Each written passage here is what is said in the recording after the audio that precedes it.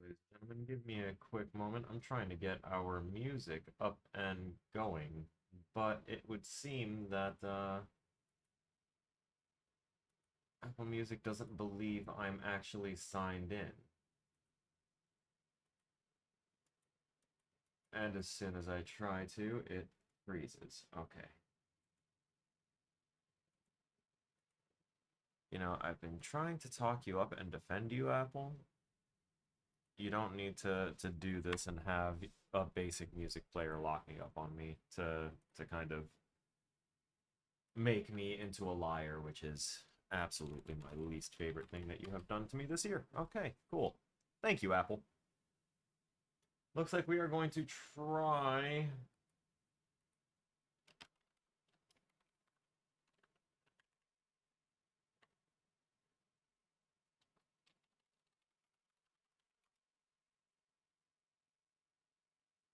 Alright. It's been a long time since I fired up this playlist. Oof, that's gonna be loud. Let's reduce that a little bit here.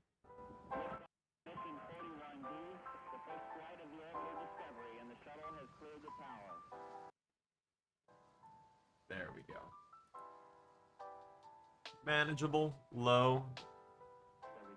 Good. Now, if you'll give me just another moment, I need to verify that our live screen, yeah, that's still set to another thing. We'll start up our virtual camera here. Good, that's operational. Our next step here is to switch from our backdrop banner and our Photoshop window to our main screen. Wonderful. Okay, and I think that's everything. We're gonna go ahead and hit the transition button now and say hello. How are you? Great? Good. So am I. Not so great. My stomach's a little weird. I need more water. I mean, I've got it all next to me here this time. I figured if I was gonna take the time to start late, I could go ahead and take the time to kind of... Oh, whoa, whoa, whoa, whoa, whoa, whoa. To kind of break my own shit. Sorry about that. As y'all know, as a, well, as a soon-to-be card-carrying Canadian, not to be confused with a Canadian, I realize my captions aren't going to say the custom word that I just created, but Canadian as in cannabis and Canadian mixed, so Canadian. Haha, get it? Haha! But as one of those things, aka someone that is ingesting cannabis for medical and recreational purposes.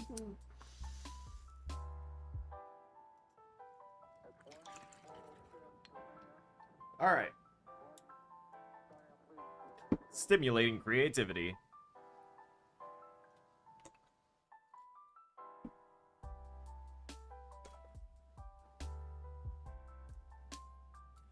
What you don't see next to me is I do have my tablet here next to me. It's plugged in. It is not currently turned on.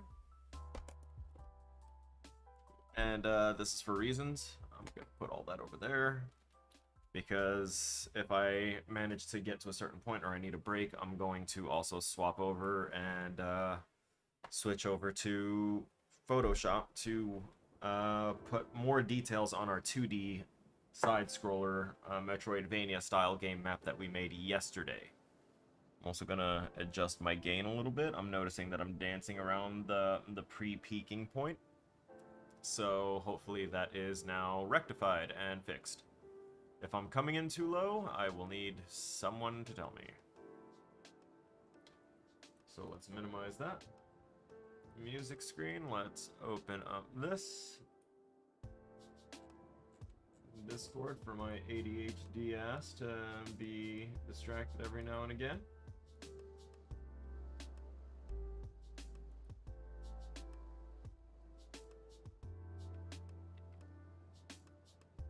And then I get down to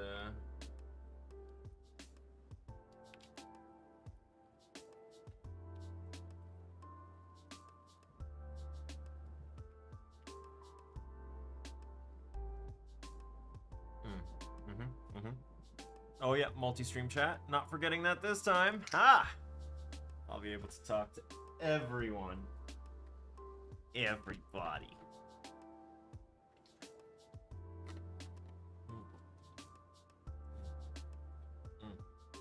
Oh. Oh, scheiße. I just kind of threw my shit down. My bad. Okay. So, where did we leave off? We were doing a lot. We were doing a lot of stuff, and he said that we were too ambitious and we had to cut it back because the player path wasn't working and other things just weren't working. Right, I did make something for this.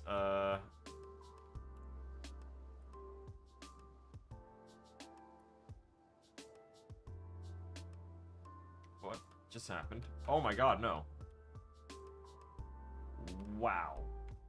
That was my bad. I just realized that is a shader. That's what I wanted to drop. Jesus.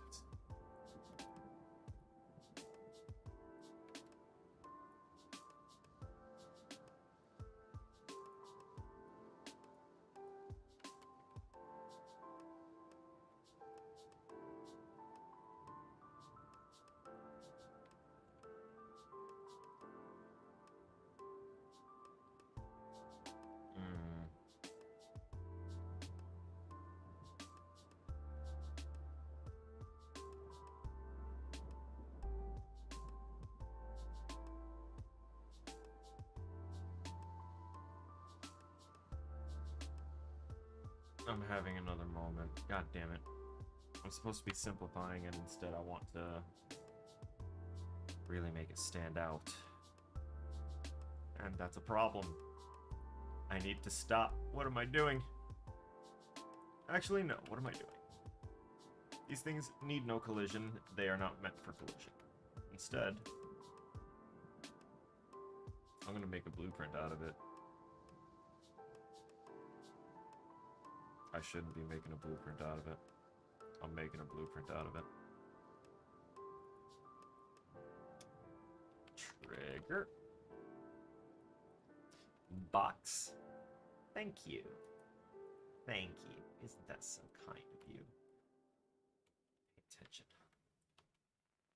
Alright. We're gonna do that. Actually, we'll give it a wide berth.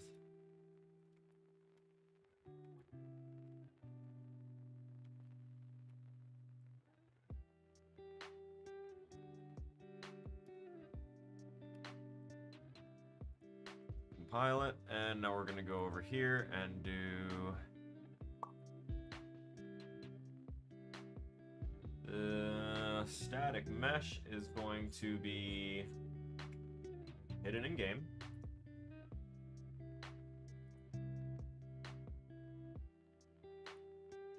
Until actor begin overlap. Other actor would be cast to BP third person character.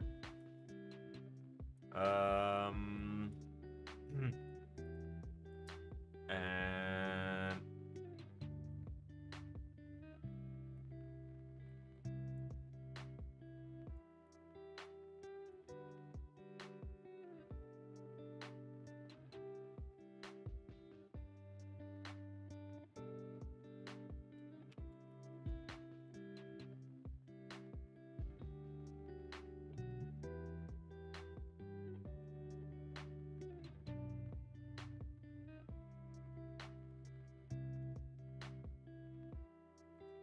we're going to expose those two variables because what we're going to do... Sorry, I got so close. I'm itching the back of my leg. Okay, so the reason that we are doing two Boolean variables called night arrow and day arrow is because our level has a night and day cycle, or a night and day shift rather, since it's not a complete cycle. It just goes from day to night and then end. But I need the arrows to guide the player during the day to a specific location, and then at night to many locations. So I want that shift to happen kind of automatically when I set them down. And let's see, on actor event begin overlap.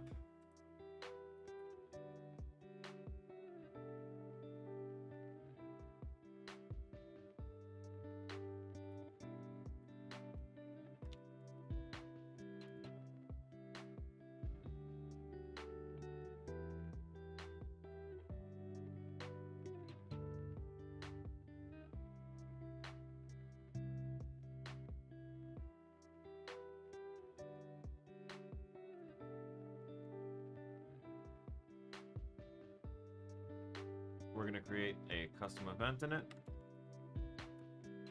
called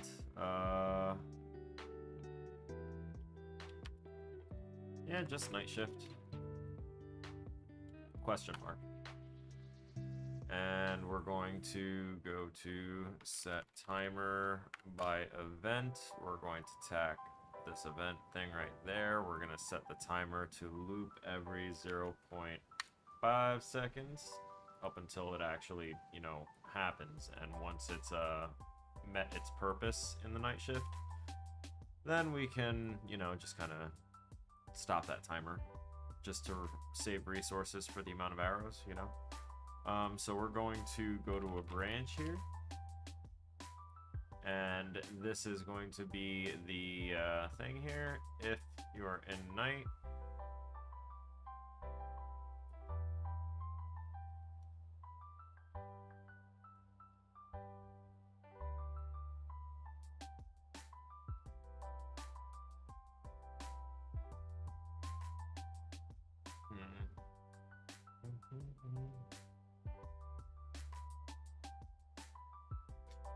you know,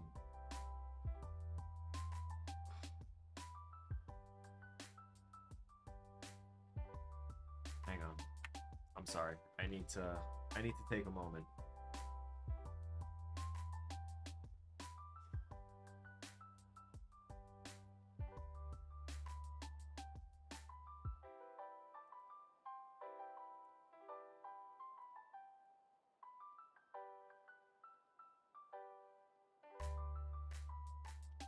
I don't want this one either. I'm gonna get rid of these. Bring this down here. I only want it to be specific to when I'm overlapping the box component. So from there, the other actor overlapped component is not going to be changed, although I might use that for something else. So on begin play, I would like to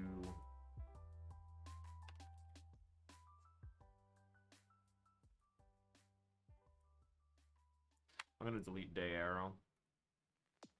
I only need one variable, really. Don't want to make it too complicated with multiple redundancies this time. So this is just going to check if this is a night arrow. If it is not a day arrow, then do nothing.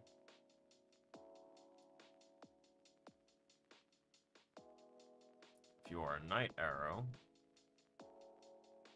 you will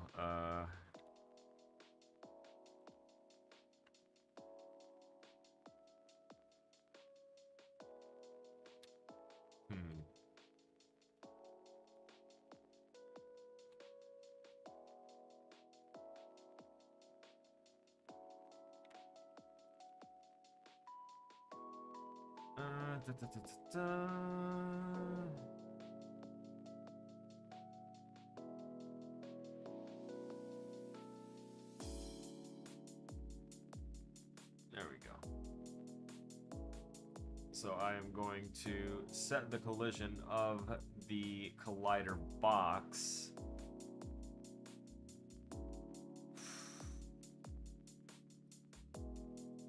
to true on begin play if the arrows are night arrows, so running into the collider box won't reveal the arrow.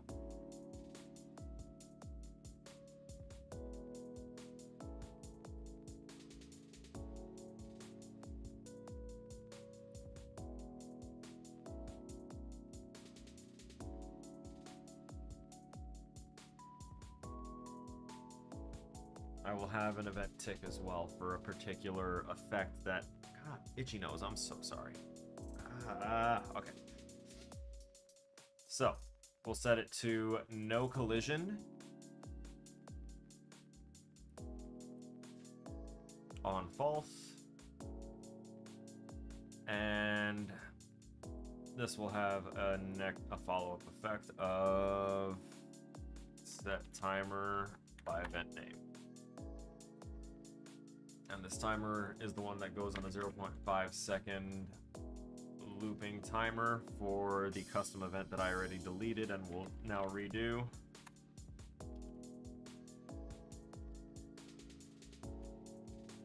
night shift question mark, which is going to branch and initiate a check for third person character is night or in night. Yep, get in night. That's what I'm looking for. Bring you up here.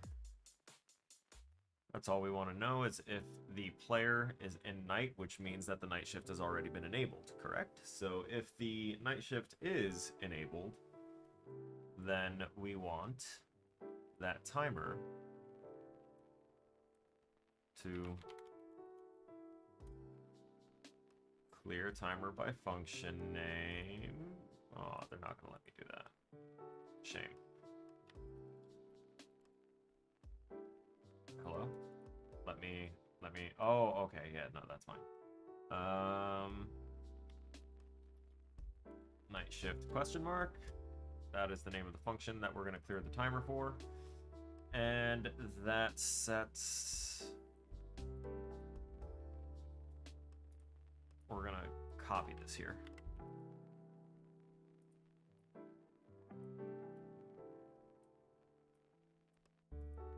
And we're going to no physics query only, which is basically the overlap. It's gonna ask to overlap all instead of instead of blocking all, which would be like completely enabling physics and the other one, I think.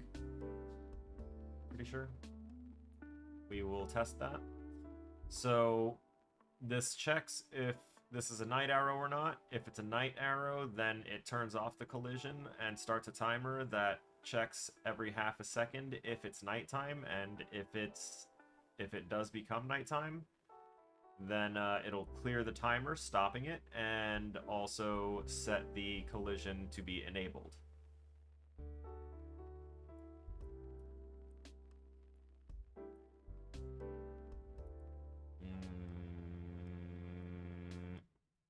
There's another thing too.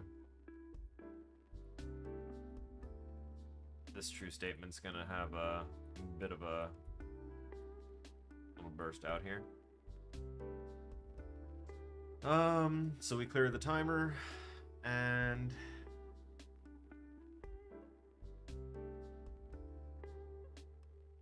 it has to hide the other ones. Oh, yeah.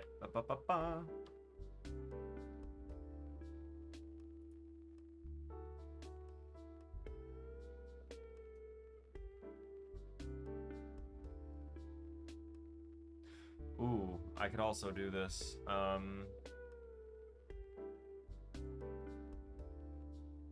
If it is a night arrow, it hides that stuff. If it's not, it'll hide. Well, no, I need to leave that alone.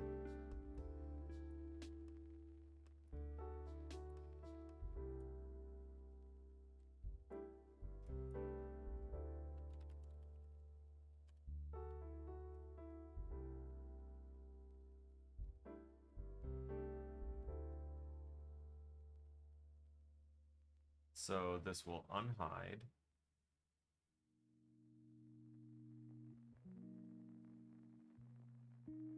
It'll unhide the it'll unhide the whole thing, so it should unhide the static mesh. Specifically, this is not an actor, so like the static mesh itself isn't an actor, it would be a component, so I don't want to, well, should I do it for, yeah, I think I'm gonna,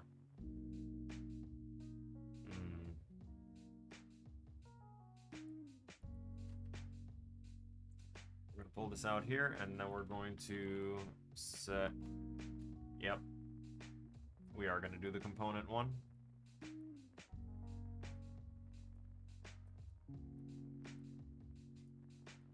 And that reveals the thing. And then, let's see, if we go here and do add event on component and overlap. With the overlapped, we have to basically copy this. We can't connect this to two things in this direction, sadly.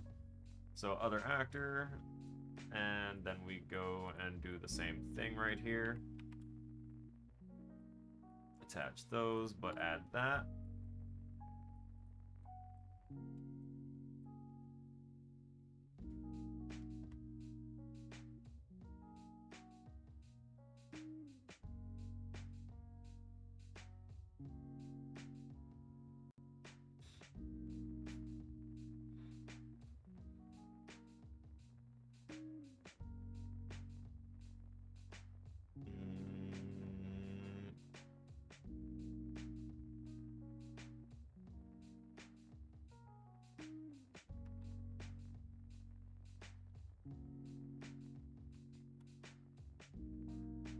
If it's not a night arrow, it'll have its own timer.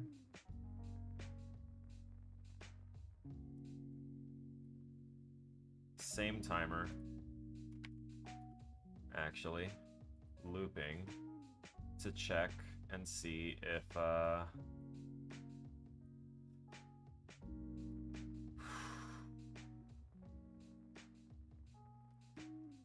check and see if the player is in night or not. And once the player is in night,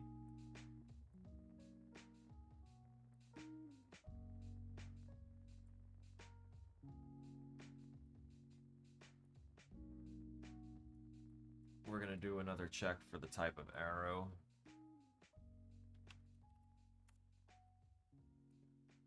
Now that we have the condition met for being in night, we're going to copy this.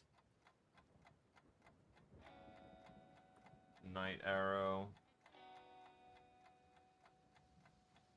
If you are a night arrow, it'll clear that and set your stuff. If you're not a night arrow, it'll do the exact same clearing of the timer, but instead it will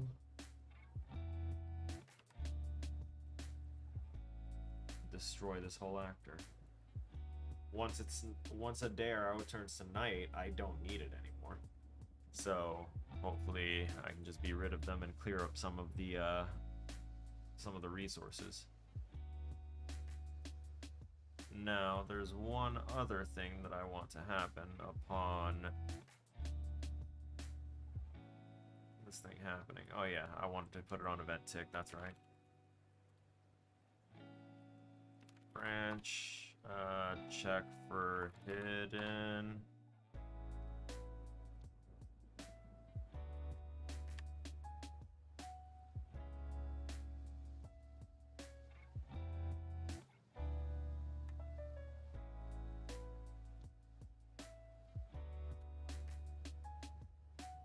Right, so we're gonna check to see if this is hidden in game. The mesh. And if the mesh is hidden in game, nothing is gonna happen.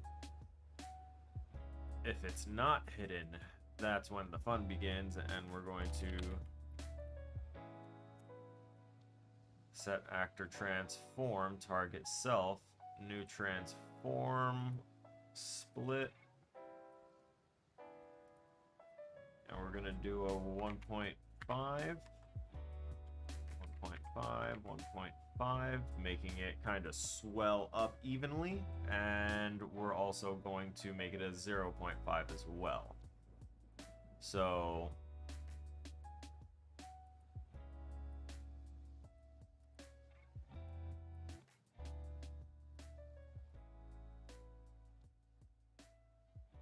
swoop to the destination location, triggering a That's not gonna be a teleport. Is there a...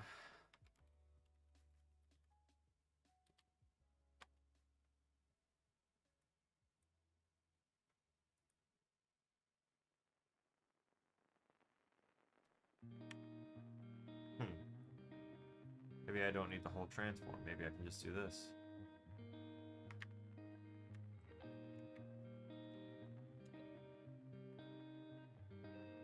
And it would...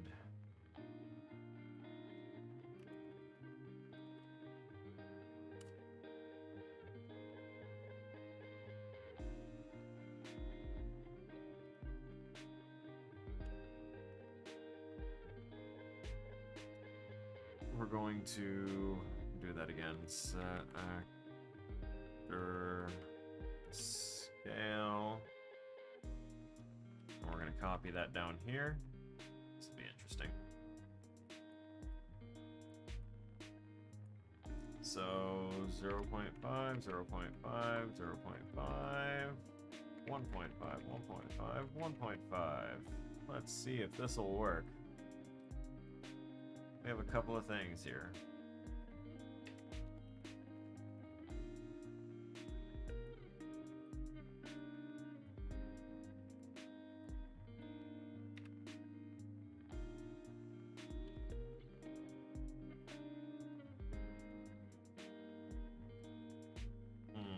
Arrow type check and time of day effects. Got that, and then we've got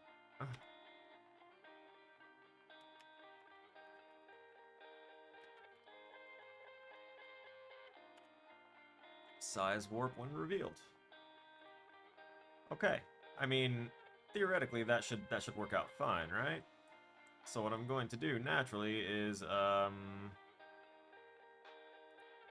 I think I'm just going to go ahead and give it a shot. We're going to drop this guide arrow right there. Bring it back here a little bit, bring it up here a little bit. And I want to see what happens with this arrow. It is not marked as a night arrow, so it should be plain and visible during the day here. We're gonna skip that.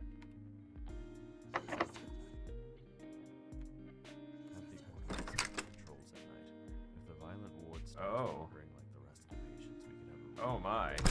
There is a huge trigger failure happening right there. Go watch. Yeah, it's the Go Watch TV thing. But the size and scale changing is far too much. It'll need a different timer. For sure. Now, which one of these triggers is telling me to go and check? Oh, is it my goddamn door?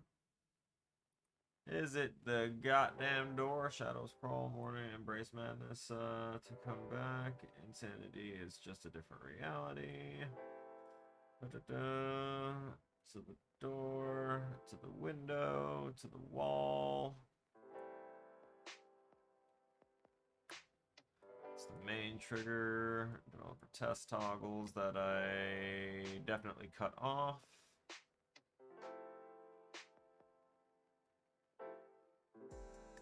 That's just to lock the doors and shift. Okay, so it's got to be in my level blueprint then.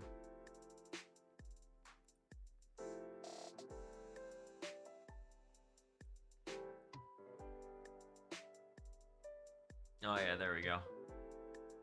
Relocks at end of day. It's gotta be right.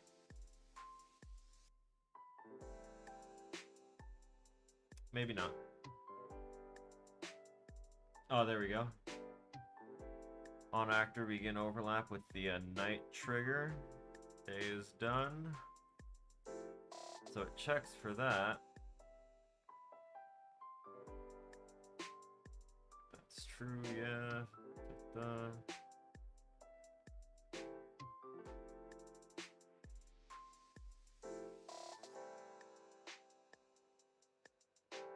Where's my night trigger completely? Because it seems to be freaking out whenever I'm...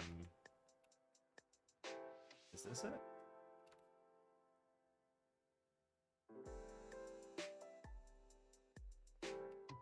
No, that's the daytime door unlock trigger. Ah, there's the night trigger. So it's getting like smacked by the door or something. Is that the thing? Is that what we're going to guess here? All right. here's what we'll do. We'll bring this in so that way it doesn't become night without the player door closing, because that has happened to me a couple of times. And now let's check this. Have the order patrols at night. If the violent ward starts wandering like the rest of the patients, we could have a real problem on our hands. Night trigger failure going. Okay, so it's still triggering everything rapidly there. And you're gonna tell me that you weren't able to wait. What happened here?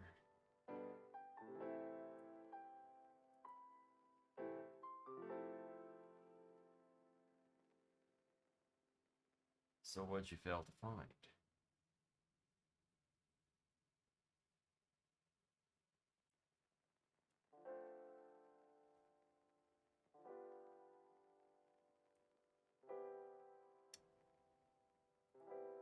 Not fine.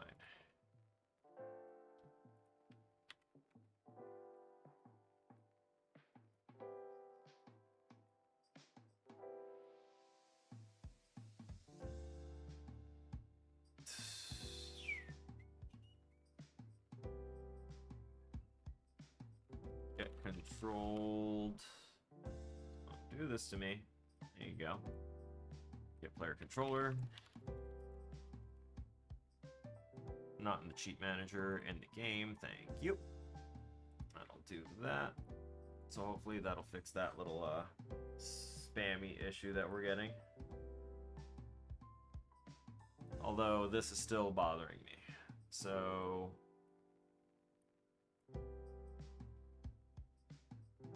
if this fails, it resets this. Why did I fuck this up?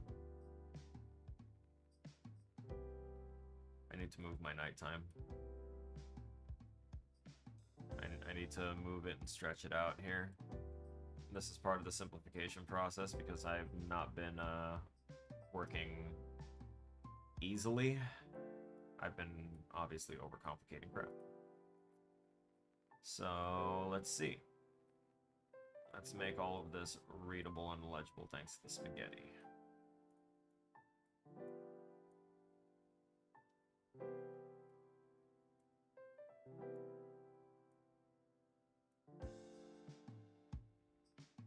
Alright, so we've got this, we've got these, and this is a trigger the custom event.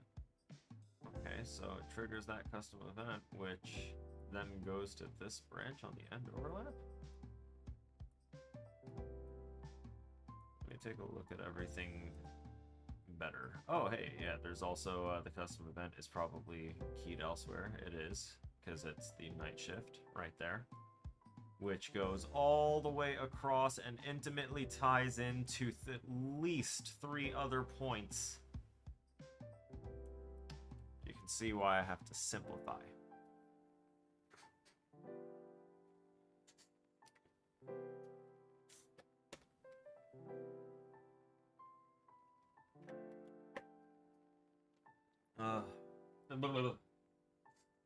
Some apple juice.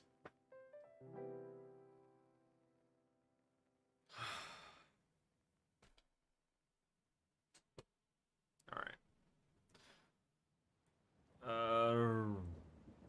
Oh yeah, there's something else I wanted to do here.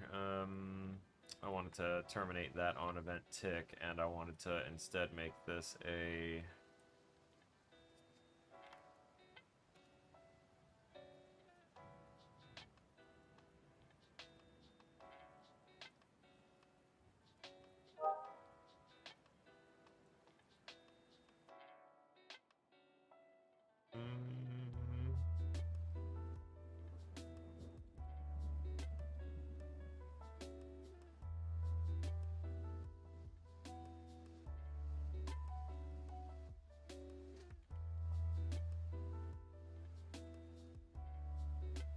Set timer by event.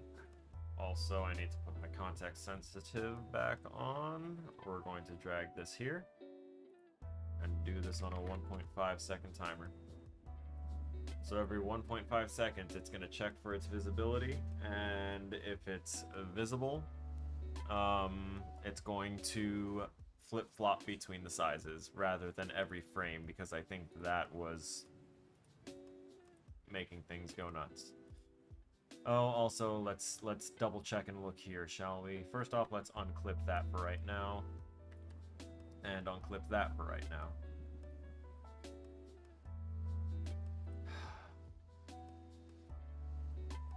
I don't know why I dragged it from overlapped actor there. I can do that.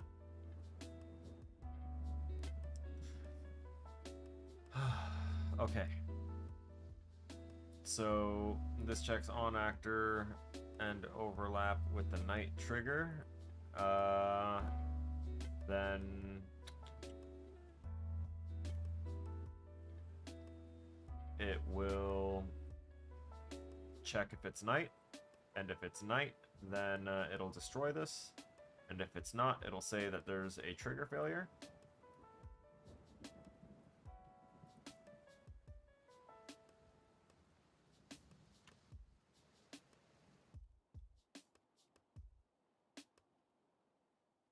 Not yet night. Okay. So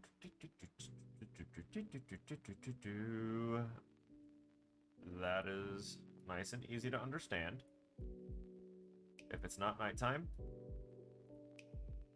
then not yet night. If it is, destroy the night trigger box. On begin overlap with it, it's going to check if the day is done. If the day is done, then it's going to cast to the third person character. And it's going to do the night shift. Why is it going to cast to the... It has to do that for this check. I think it needs to do it before that. That's why it's spamming.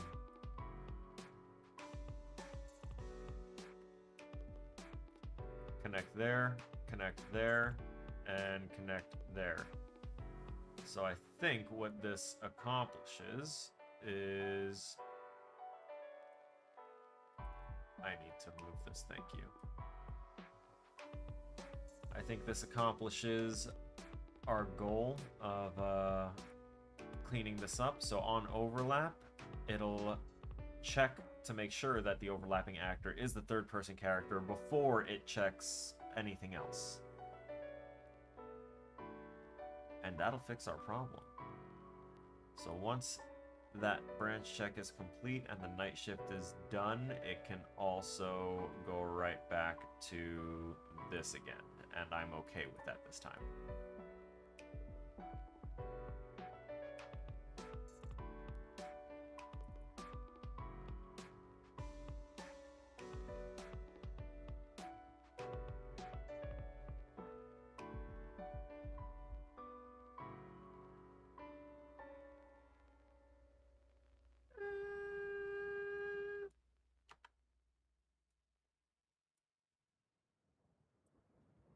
Good enough.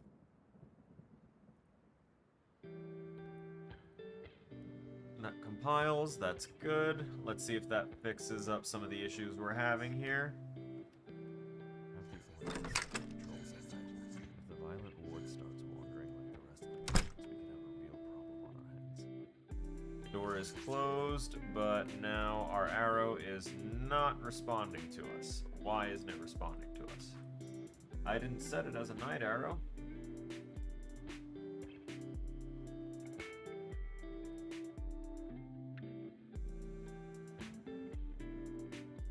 I see. Did I forget to loop anything else?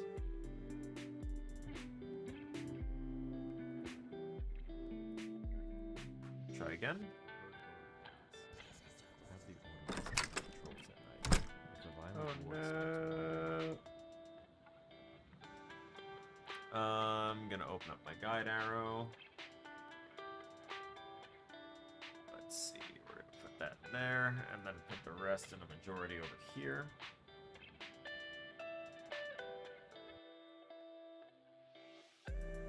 Let's see what happens with our guide arrow. Oh gosh.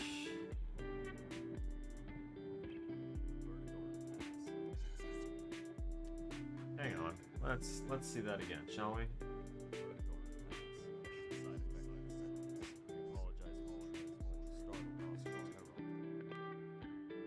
So it went straight to the timer, which is not running. Why is the timer not running? So when this triggered, I saw this check happen, I saw it go to false, I saw it go down here to set the timer, and then it stopped.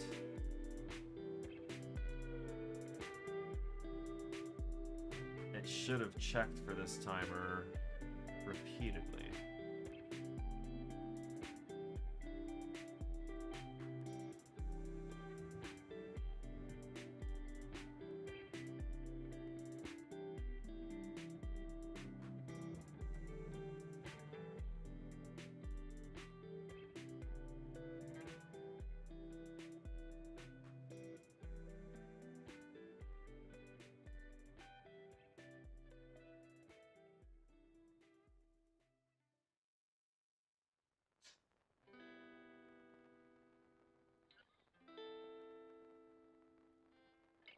I think I probably went on this right here. So, wasted time. Here's what we're gonna do.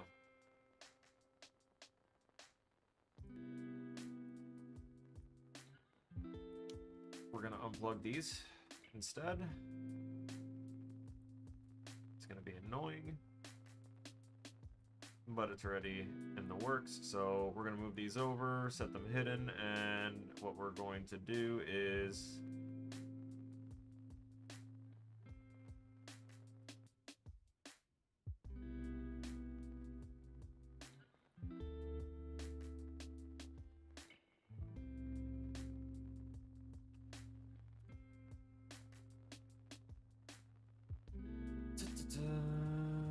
get Night Arrow and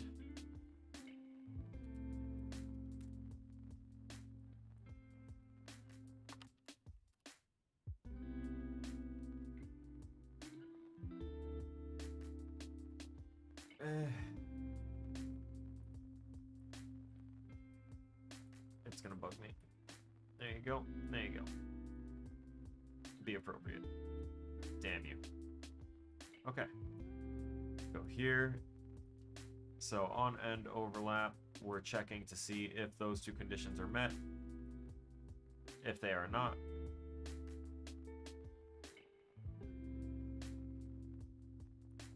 if they are, it goes here and hides it. Because if you're in night and it's a night arrow, then we just want it to hide. If not, we're going to check if we are...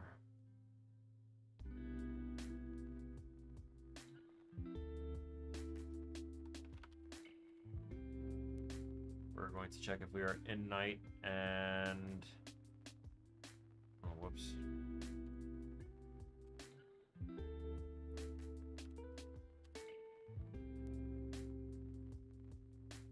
Check if we are in night and not a night arrow,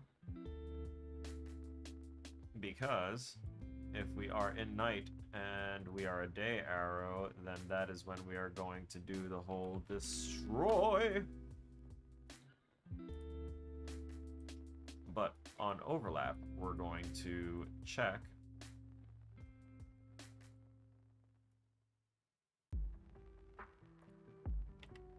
pretty much the same things here. Gonna plug that right there. We're gonna plug that right here. So we're gonna check if we are a night arrow in night, and if we are going to show our arrow.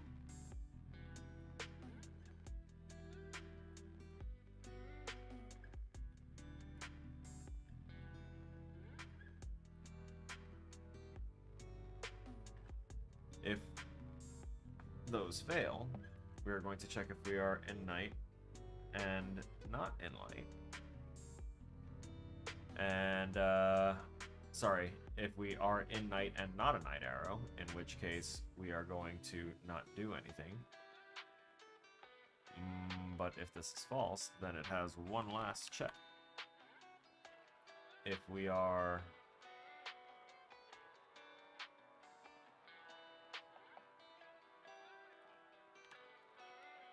not in night,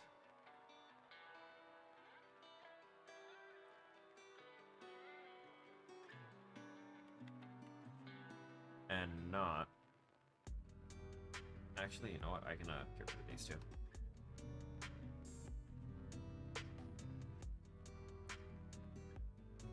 We need the and is what we need here.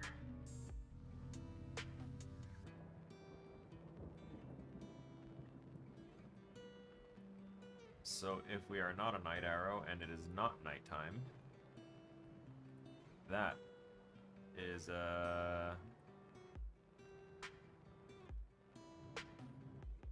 when we also go back up to here.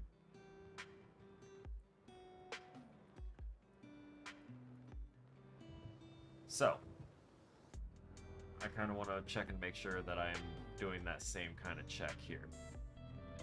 So on end overlap, when we leave it, it's going to check if we are a night arrow in night, and if we are, then it's going to hide it. If that fails, then it's going to double check and see if we are in night and not a night arrow, in which case it's going to destroy this actor. And then finally we're going to get the nice little copy here of these two as a final branch off of not a night arrow and not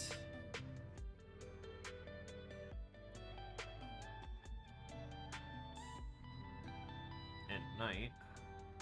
Well then, that means that this goes up there.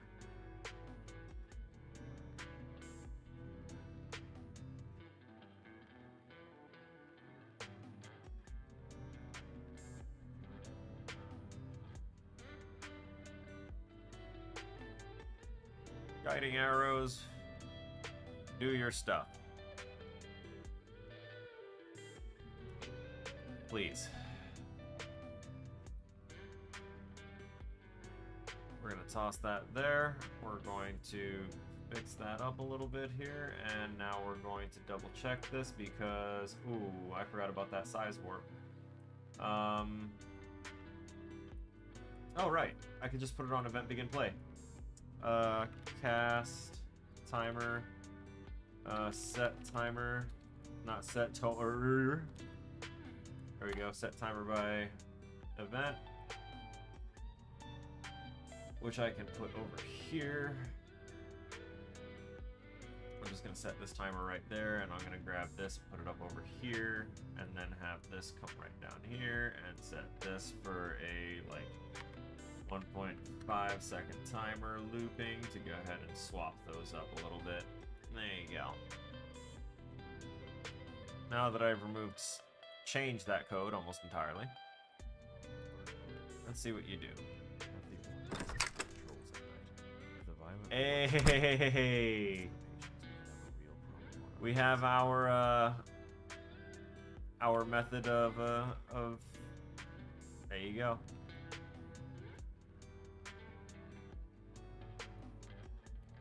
I don't know why not night yet is popping up for this arrow. Wait a second. Oh no, it gives it collision? Why does that have collision? That's not good. Let's figure this out. Although I'm glad that this all works. But, your collision, my guy. Your collision. It's fine. We'll fix it up right now. It's probably set to block all instead of, let's see. Yeah, see, block all dynamic. Instead, we're going to set that to no collision because the static mesh doesn't need collision. The box, however, is what's going to need to retain. There we go.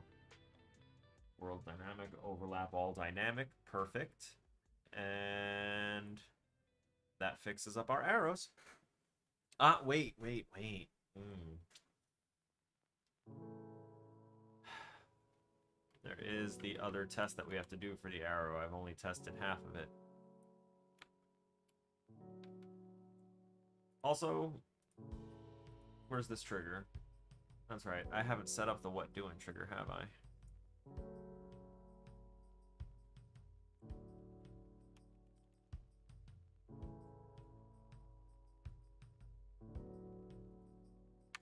Son of a bitch, I never set up the trigger. Not my what doing trigger. I need that.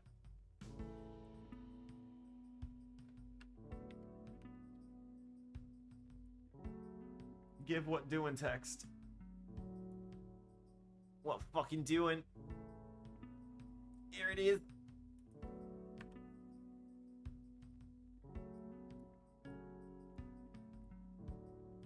And now I can go up here, do this, and then and overlap.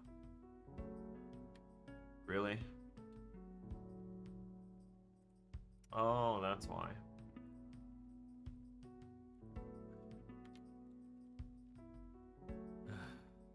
There we go.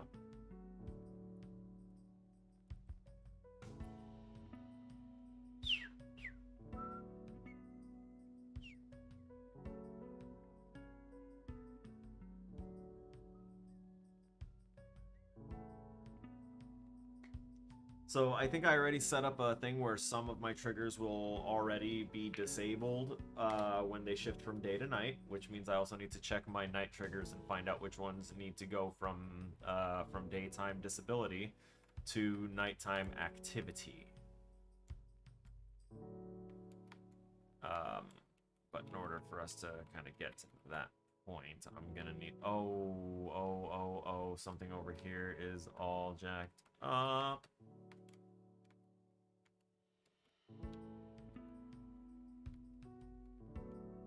Welcome home, Columbia. Beautiful, beautiful. Discovery's 4 computers now have primary control of critical vehicle functions. Liftoff of mission 41B, the first flight of the orbiter Discovery, and the shuttle has cleared the tower. Discovery Houston, trim to ATO. We go like right there. How's that? So player will be able to get in through there. I should probably just kind of give this a little 5-degree once over. Doesn't matter if it's popping out there, but if it pops out through here, it looks a little weird. Those are gonna be fine. You disappear during the day, and I think I'm going to like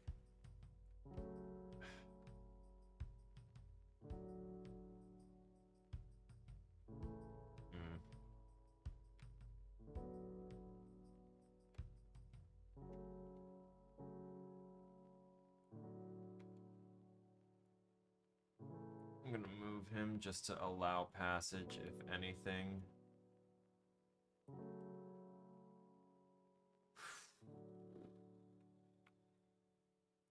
This text needs to go in viz.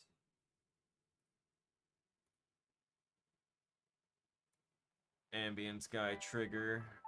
That's right.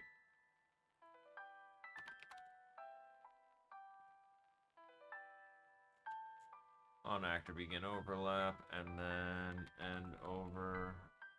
Nice.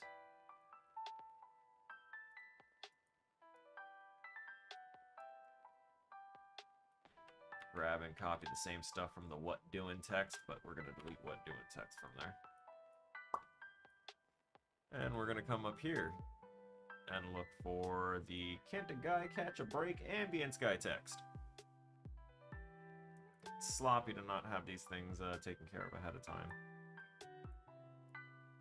I was very disappointed in what I turned into my teacher, but the fact that he said that it was ambitious rather than just outright wrong kind of makes it a little better for me. I still haven't even been able to check this end swarm, but that's just one solid block of code that I can, you know, mess around with should it need be. All of these text triggers doing their thing. All right. compiling our map again. Oh.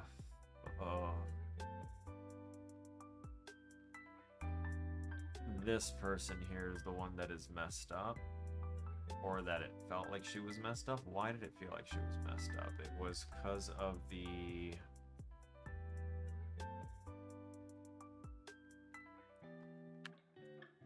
timer.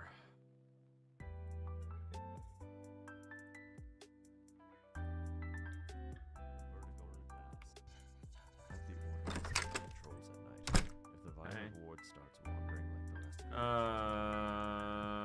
I forgot to add this here. Rotate it in this direction.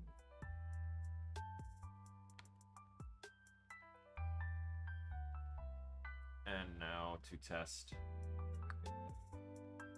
Night Arrow.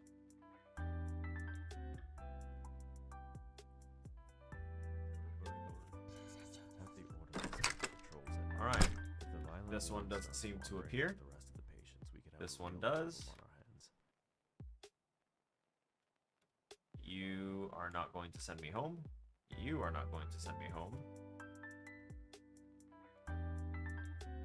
My patrolling creatures are not pushing me around. I don't know if these act as a actual line of sight blocker the way I wanted them to, but we can go here, do our broken cutscene, skip it, leave.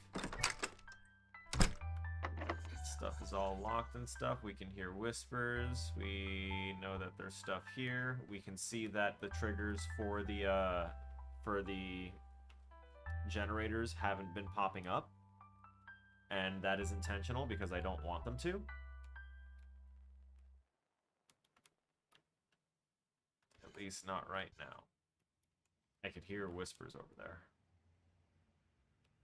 but I think they were from an emitter. Get the guy catch a break. Nice, that's working again. I don't like how there's various bits reflecting off of me right now. But we have done our duty, and now it's time to test out our trigger. All the changes just happened. The door's closed and locked. Our book is activated. Ooh. Thrown back in my room, the supply carts are tall enough to crouch behind, and these writhing shadows are something. Hey! Our arrow works. And they send you home. Oh, shit. I didn't even see. Okay. That disappears. I left that up for a reason.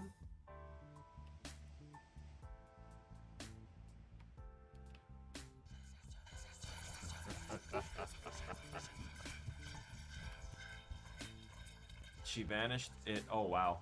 It said it sounds like she did stuff. Go out through. Ooh, buddy. All right. We're seeing some good stuff though because. What the fuck? We're seeing good stuff because the other guards here disappeared, which is what we wanted. Now we can go down here. We test this because this is here now and it wasn't here before, which is great. That's the distraction that she made. I'm also going to extend the time of the alert that's made when she does that. This, yep, that's still gonna be there. I need to set that as one of the things that disappears. Oh yeah, here we go.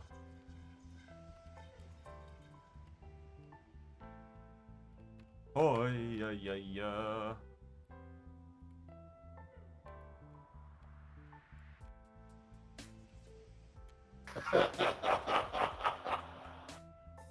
All right. We've got this. Wait, what? Why is that door not working?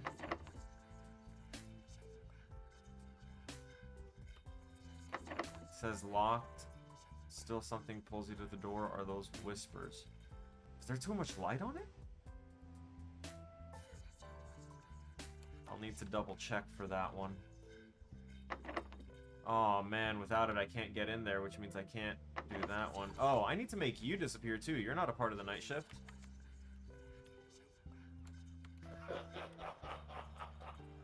Luckily I don't need that one to activate this one. Are you kidding me? Do I actually?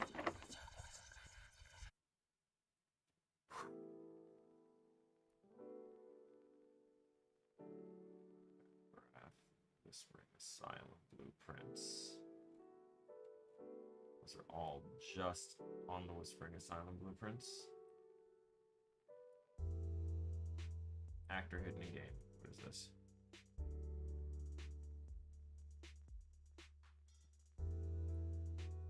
Overlapped actor, branches. Okay, that's just all the fucking crap there for those. That I'm not worried about that. That's all triggering through my gen checks. I'm not concerned with that. Everything else was working up until we got to interacting with our generators. So, or actually it was our doors. Our doors are what freaked out on us.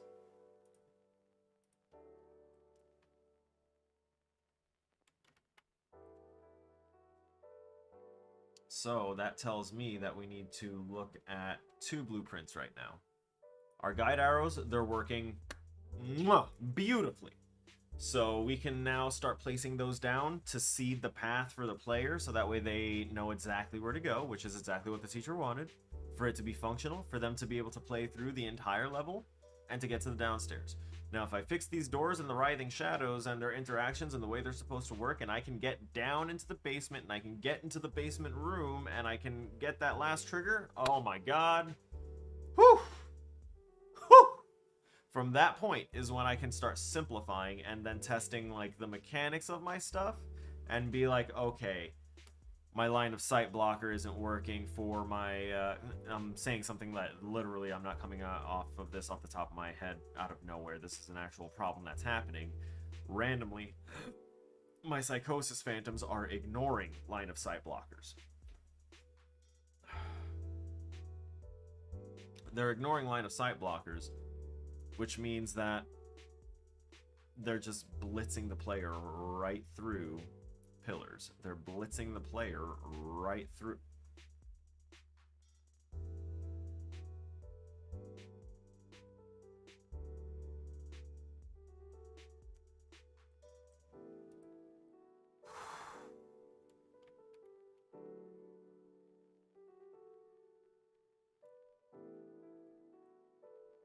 I need a specific interaction.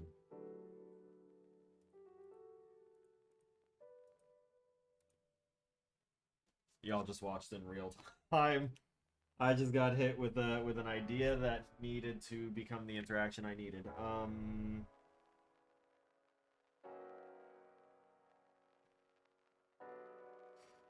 Phantom plus player equal. Oh wait, plus pillar equal ignore. So now, instead of checking the distance between a line of sight blocker when it comes to the pillars in particular, the player should always be able to hide behind the pillar. I don't want that to be a problem.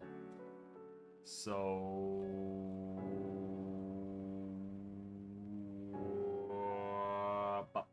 Psychosis Phantom, there you are. Here we go!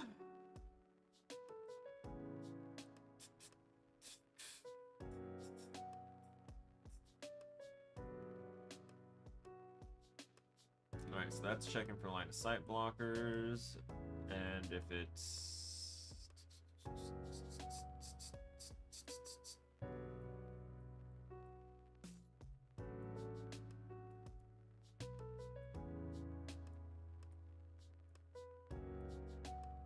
Ugh, okay. So this finds, let's see. I'm sorry. We have to go from left to right on this one, so... On begin play, we start a timer that checks for nighttime, right?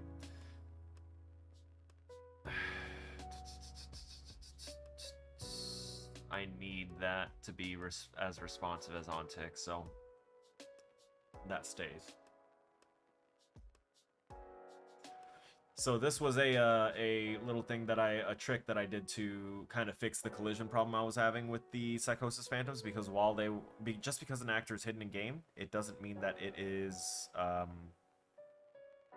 like completely non-existent. It's just there and not visible to the eye. It's not being rendered, but it exists. And so they have collision naturally. And while they were invisible, my character would like get pushed by them, and like I'd wind up like starting to clip through the collision of my floor randomly, and I'd be like, what's happening? What's going on? And it's only like in random spots, and now I can't do it anymore. And I didn't understand until I was like, wait a minute, I've got things that are moving around all over this place while they're invisible. That's got to be it. Sure enough, it was. So now whenever they are hidden in game, they have no collision. But anyway, begin play starts a timer that checks for the night check. I'm set that to 0.5. No need for it to be at a 0.1. Once the night check is complete, if it truly is nighttime, then it will clear the night check timer, and it will set a new timer for begin hunt, and begin hunt will fire off every 0.1 seconds. Where if the phantom is not hidden in game, then it has collision, and the second that it has collision, it checks for the overlap of if the player is overlapping either the cone or the static mesh of our Psychosis Phantom. And if the player is overlapping those for any reason, then we have to do a check for specific things. Those specific things we are checking for. Why am I getting the look at rotation here?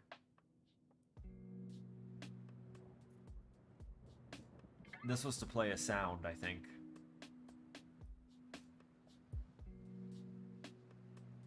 I think I can get rid of these two. Not these two, but the find look at rotation. It's not plugged into anything. So getting rid of that, we now have... Oh, which also means I can drag this all the way over here as well. Nice.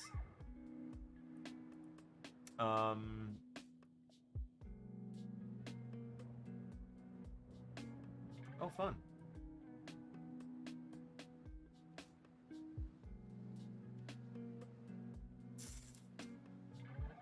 Yeah, okay. Anyway.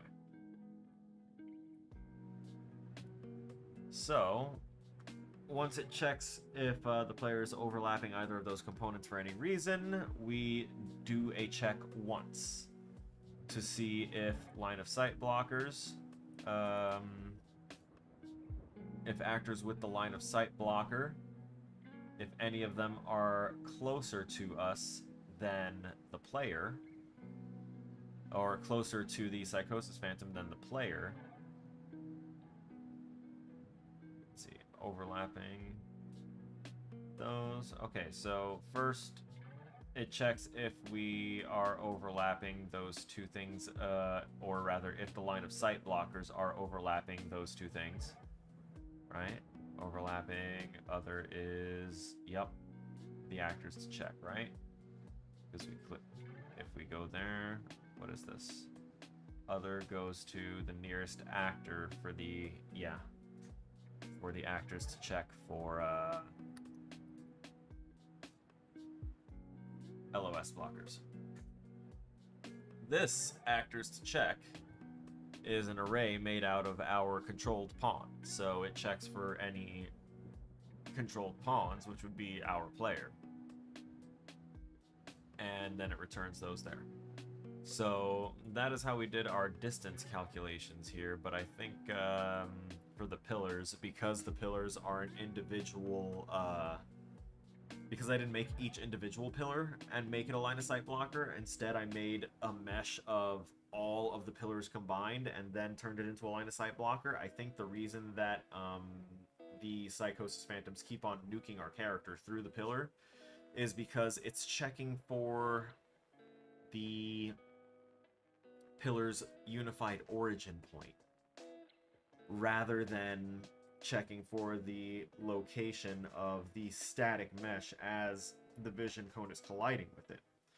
And the reason that I thought it would work like that, of course, is because I have worked with ray tracing and AI vision, which our teacher is strictly against us doing anything with the AI at all. He doesn't want us touching that at all. If we have to move things and have them do stuff, it's going to be with basic move tos and transform manipulation and stuff like that versus using any AI, because he doesn't find it fun to be chased around by AI.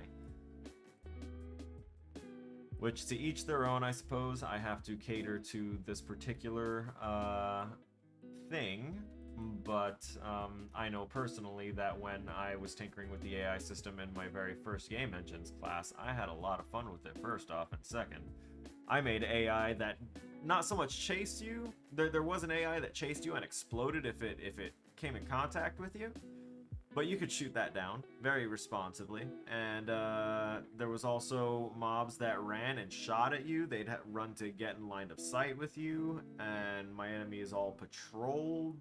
They had a random patrol system, all this other stuff, you know? I can do a little more than slap an AI sense into it and be like, oh, it does things now at an infinite range though, but it does things. I'm not gonna do that kind of dumb shit. But he says no AI, so we do things this way instead. Right, so I kind of spaced while I was talking and I moved this stuff over, but we needed to check one more thing because it's checking the distance of everything.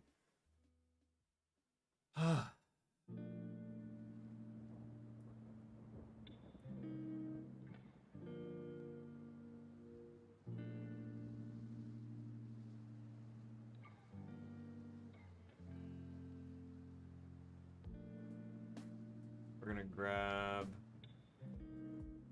these two, create a branch, and what I'm looking for in this branch is if the cone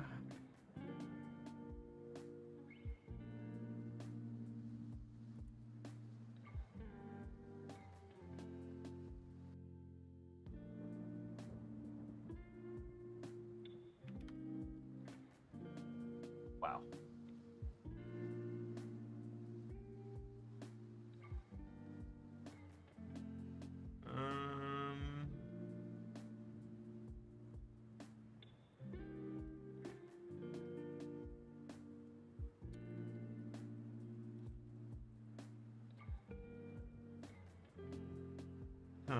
I'm trying to see if I can find a thing that says like get like all of the components.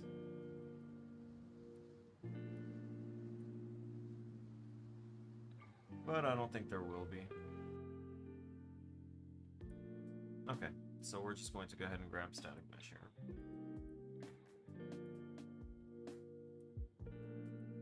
What's the sphere? Oh, that? Oh yeah, sure, I can do sphere or cone.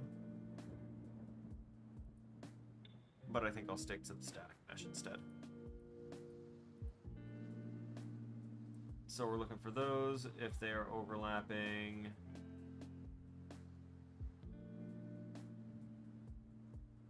What do you call it?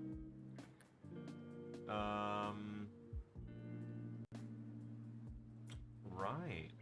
We're looking for a cast too.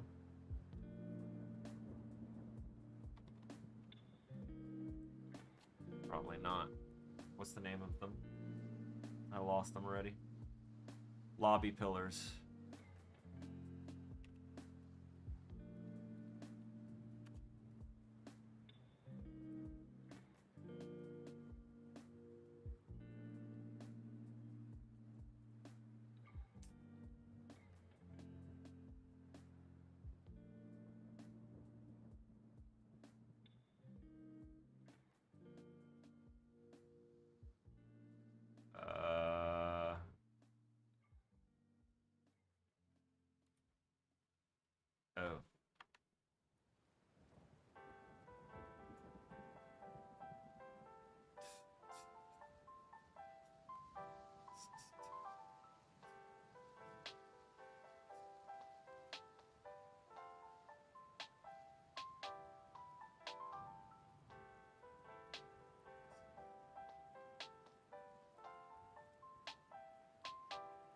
So we're going to, I guess, do this convoluted thing here.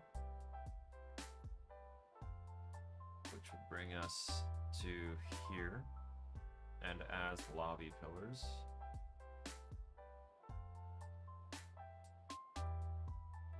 I don't need this one. The lobby pillars are honestly just for the vision cone. So if I can just check for that.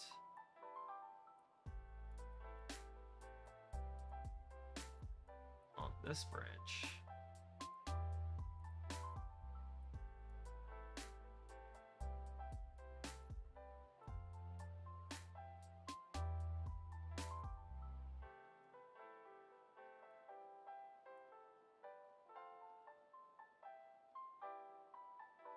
So, we check the pillars, see if they're overlapping the cone, and if it isn't, go straight to Synaptic Overload.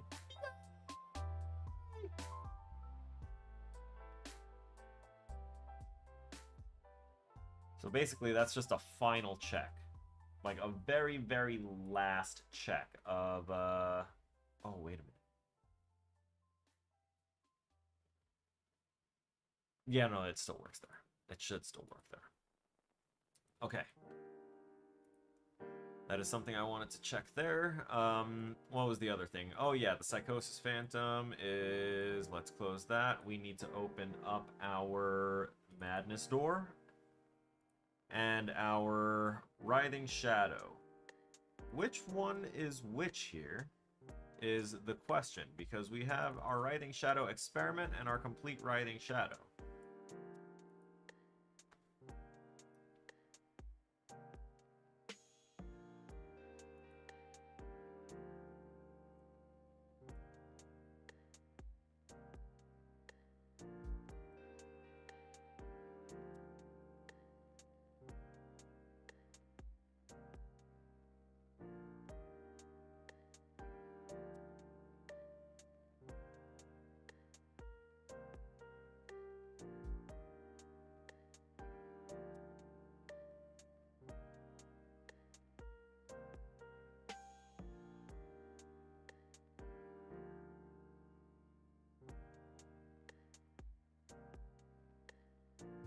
I know I set those doors.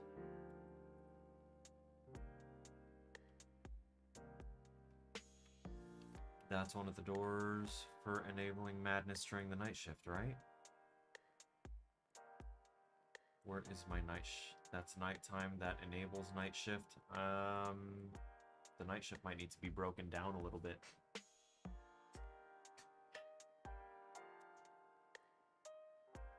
Because currently the gen checks, they start up there. The player insanity check happens there.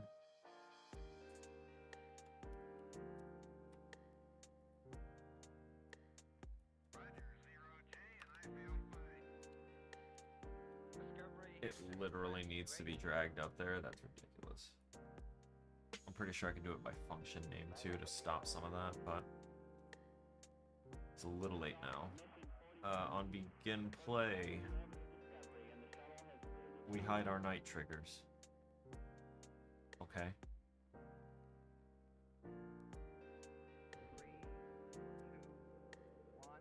So we hide our night triggers here. We are also actively hiding and disabling the collision on all the crap that wound up getting dropped here, which prevents the player from just coming through here.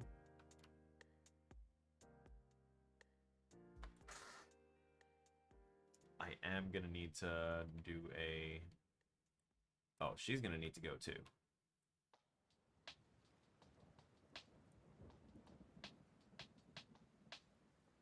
Receptionist Reina.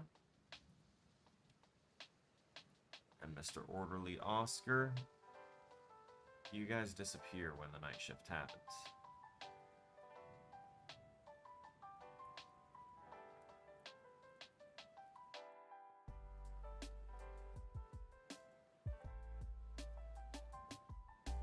They're on this list of daytime actors that gots to go, babies.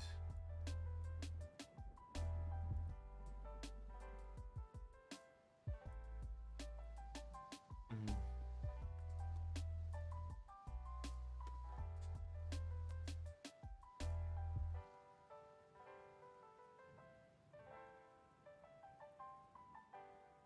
Okay, so it sets is night, and it sets in night for the player as soon as the night shift happens, which is an important interaction because from the player changing from day to night shift is what causes everything else in our level to go ahead and transition.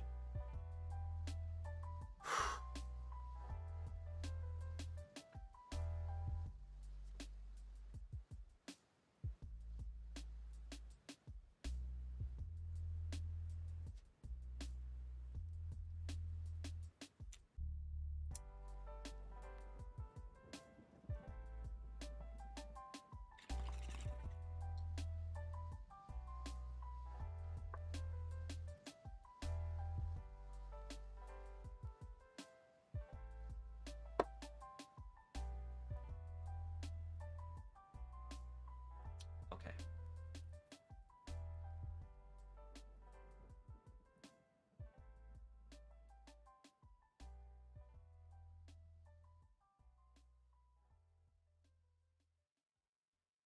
Why is it? We don't need that anymore. We know that that works.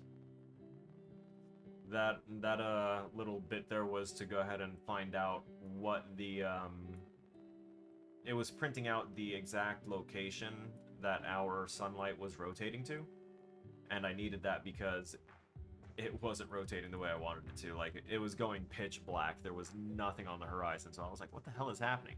I had moved my my directional light. So when I moved it, I didn't change things in the code, and as such, when it would start, it would immediately go back to its old location, which I didn't change in the code, and then it would try and rotate with the new rotation vectors I gave it, and it would flip it in like a full circle, and thus why the sun, instead of being like somewhere on the horizon, it was like on the other side of the planet and no moon, so pitch black. We didn't want that. This nighttime shift is possibly perfect.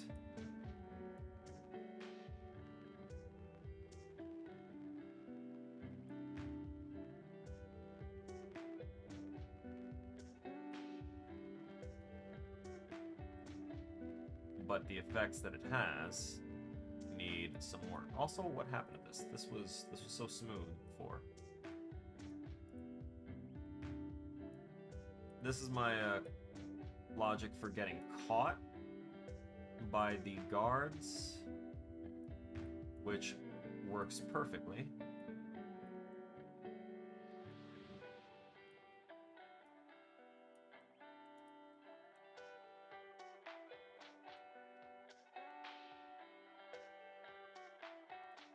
Alright, let me break this off.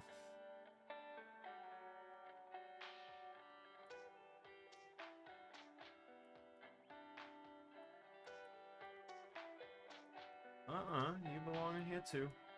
That's right, get on out here. You. I need you. Let's organize you just a little bit more, shall we?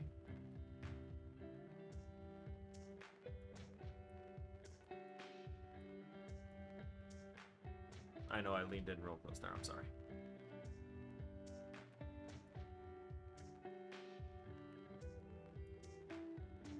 Okay. We have destroyed day actors separated.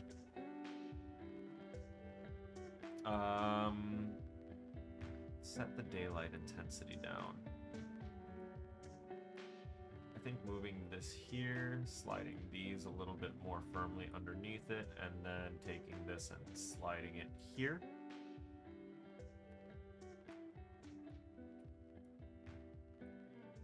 Is a nice kind of thing here for this.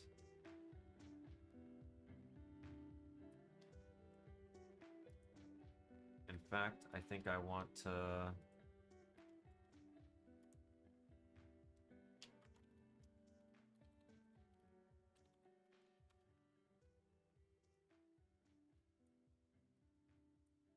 This is the sunset.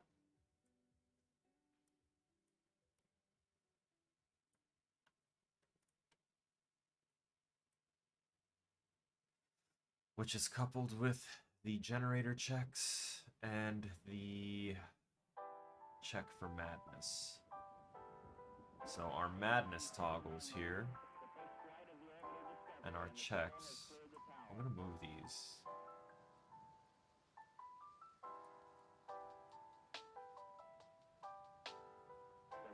We're gonna grab all of those. Accept that. And what happens when we grab you guys and move? We have a little wiggle from the get controlled pawn. I see.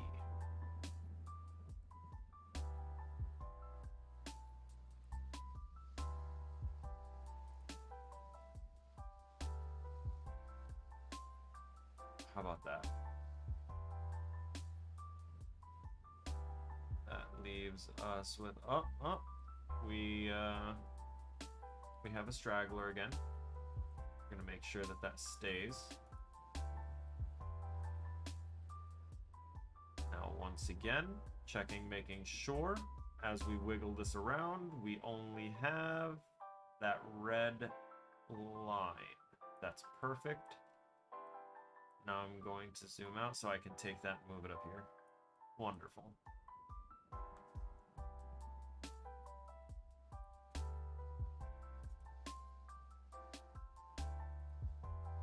So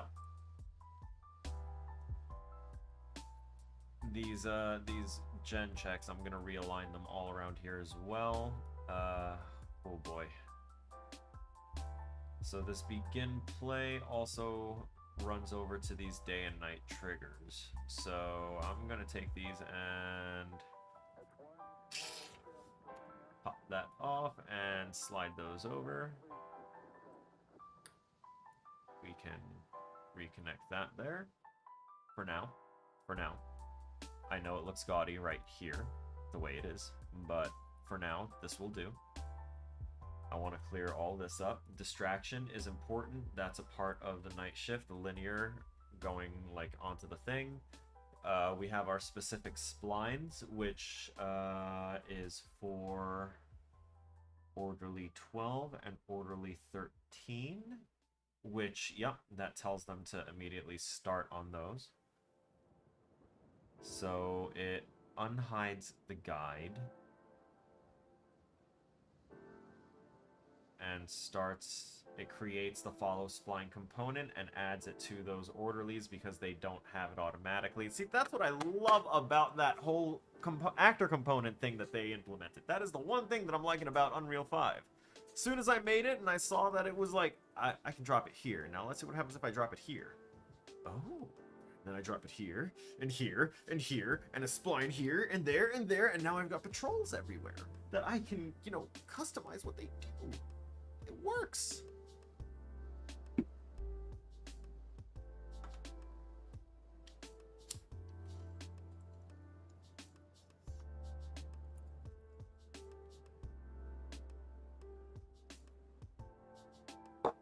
Okay.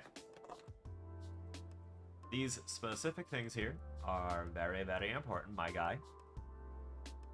What did I have you clicked onto before? Because I know that I just kind of went, oh yeah, no, I need you to pop the fuck out, buddy. Interact with the guide here.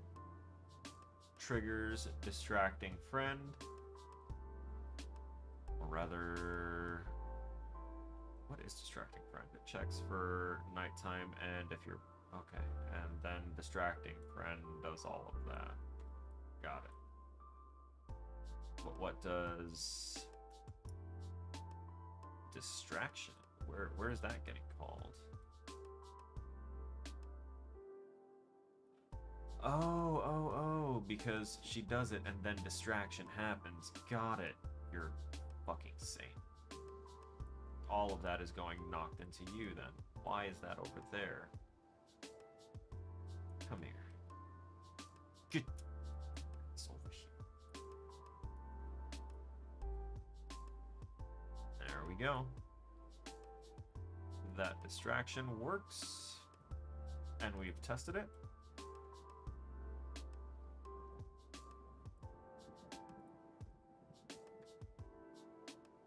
The ending swarm has not been tested yet.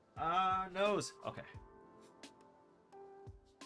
But I do think ending swarm should be relocated from there to right around here, because it relies on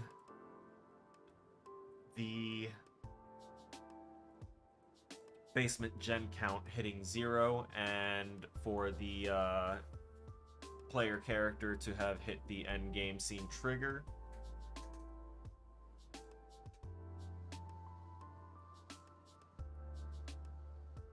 So theoretically, again, everything for now is in theory, but we're working on making theory into fact here. Right now, our patrols aren't going to start until I go ahead and reconnect them here.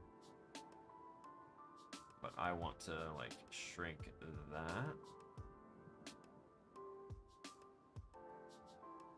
Ba-ba-ba-ba-ba. Okay, fine. Do that instead.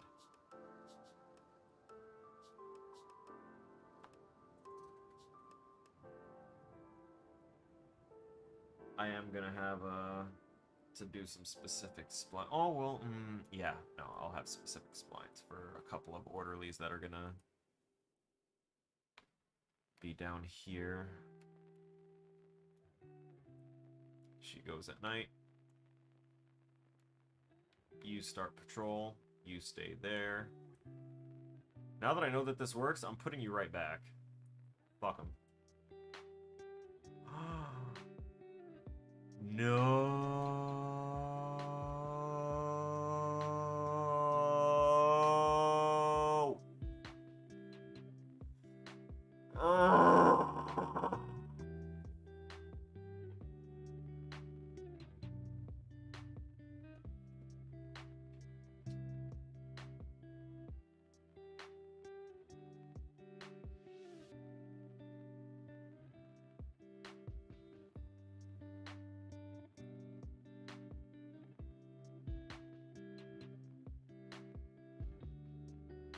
Yo, what's up, Mike? Perfect fucking timing. And I'm just trying to get my shit fixed up so that way it'll at least play through to the end on Monday.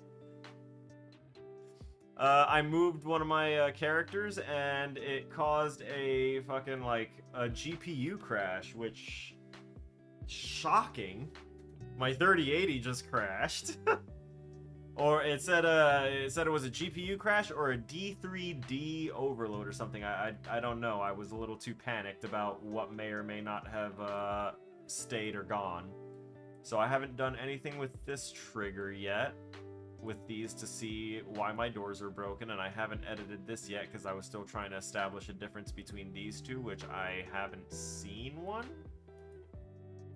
So wait, there is.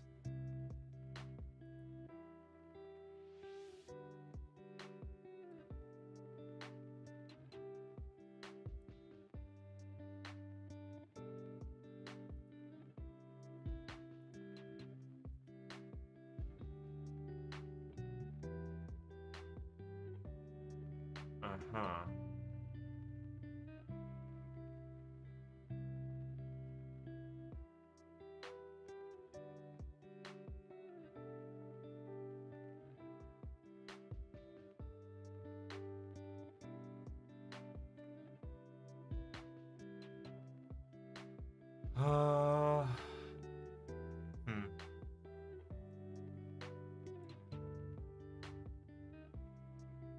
Alright. I have some ideas for my doors. I need to open up my level blueprint though and see if the various changes I was making stayed. Okay, our ending swarm is moved over. Hey, yo, I love my baby.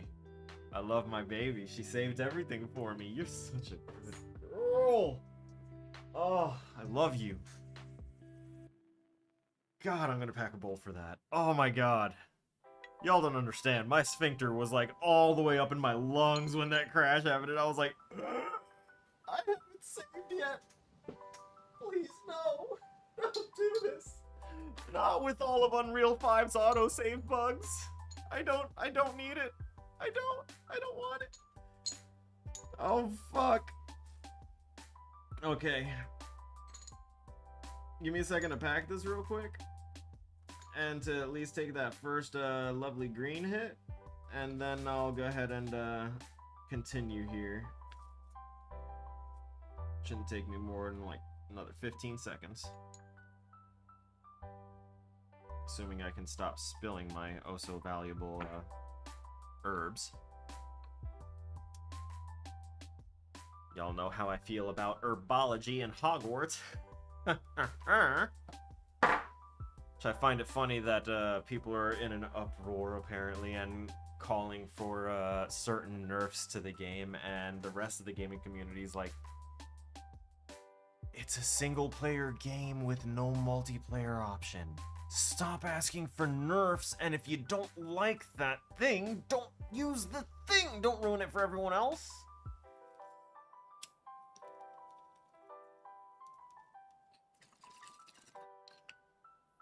Some people want the killing curse gone because it makes it too easy. And I'm like, okay, it gives you the option to learn it. Cheers. It gives you the option to learn it, and it also, you have the option to not use it. So don't use it. Do what I do. Go with herbology. Use plants. Murder everything. It's a great experience for everyone. Right, so I was cleaning this up. So that's our initial nighttime trigger that checks if the day is done and if it should switch us to night. And then when it does, it enables this logic here, which triggers, that's right, I created the sunset, but I didn't, we're gonna do here, sunset, bam. Just for now, because I need to scoot these over. Oh, not like that. Maybe just a little bit.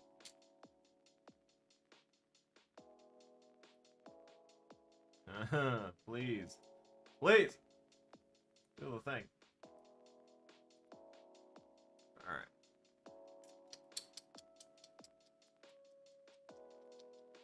Yeah, see, that's one of the things I checked on the rules of Twitch, which was a little bit more strict than Facebook at the time. But they said if it's legal and you're where you are, then sure, we guess. We can't necessarily say that you can't do it, but like, just try not to promote it, we guess. So I was like, all right, sure, I'm gonna toke then. I will do that. Sometimes I'll go ahead and I'll be iffy and I'll be like, I'll do it just like, you don't know what this is. That's fine. You don't know what those sounds are at all. And this mic is so good that I could crank up the gain and give you an ASMR listen of this shit, because it definitely, my Discord buddies love that shit. It's crunchy.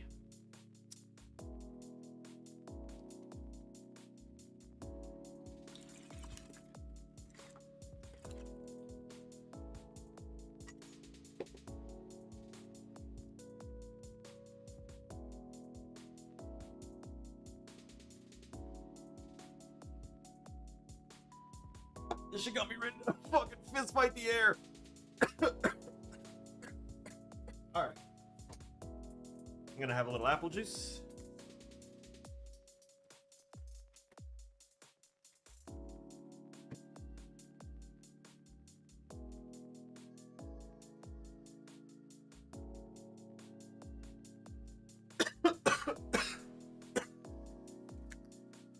Oh!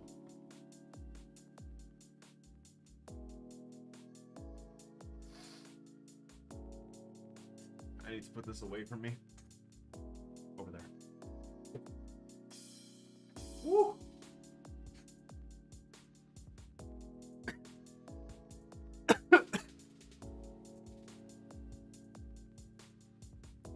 God damn! I don't know what I just did to myself. Woo!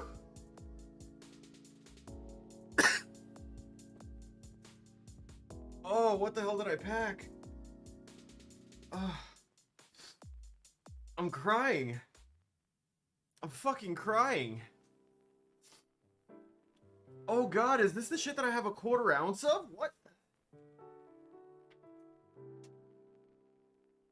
Woo!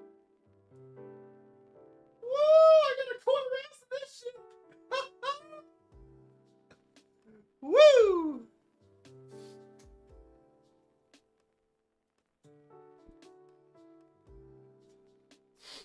Okay, so y'all are taking a trip up north with me. I know that the camera's gonna get a little weird. Don't worry, we'll adjust for that a little bit, but not too much because it's gonna get weird. All right, it's gonna get real weird.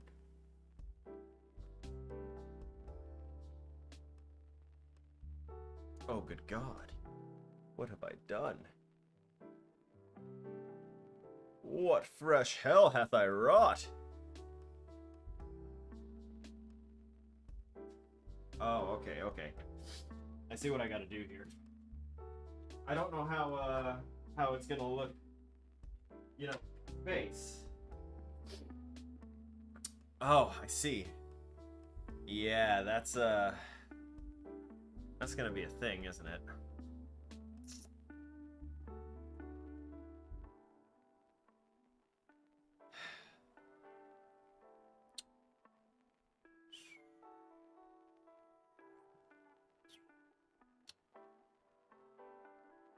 Screw it.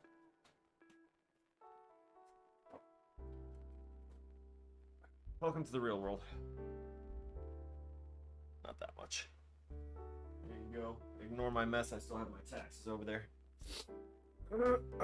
So we're gonna go back to our live screen, and I know that that's kind of be in the way, but I'd rather that than, oh good God, why is it just one thing after another? There we go. We're at the right height anyway, so standing up I should be able to talk just fine to you guys, at you guys. Oh no, I can see that my little window here, it's not reaching the edge of the okay, I'm gonna ignore that. Woo, fuck me.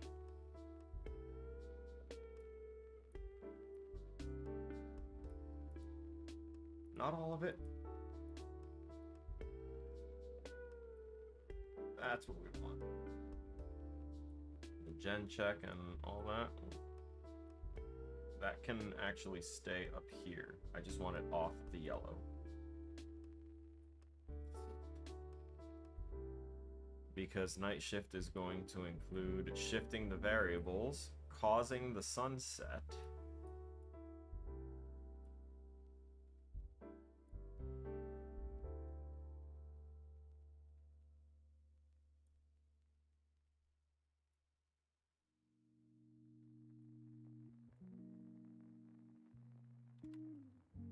And another custom event for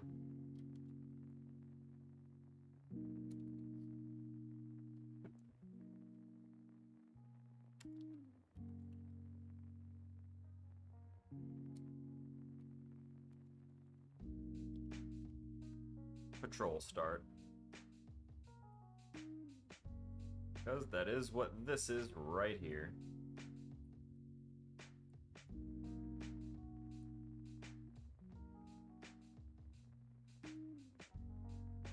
So after the sunset, we're gonna begin patrol start.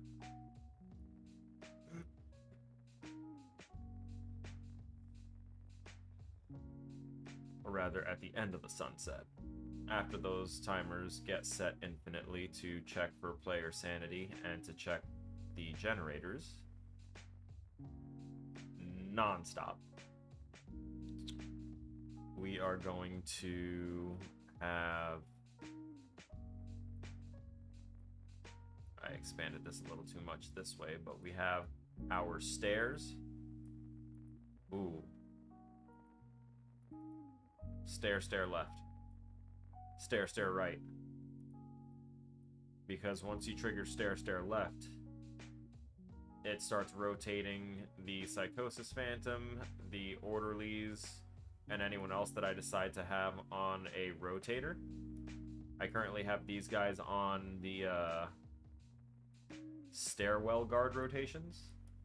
So they rotate every 2 seconds, and then it'll trigger the event for... It'll start a timer that'll trigger the event for the stair, stair right. And they don't loop, but they just continuously check off one another. So as soon as one timer ends, it starts the other event, and as soon as that event ends, it sets the timer, and then it just rinse and repeat without actually using the loop. I created a loop for that, so that way I didn't have to worry about setting delays or anything within the loops. Would have been messy.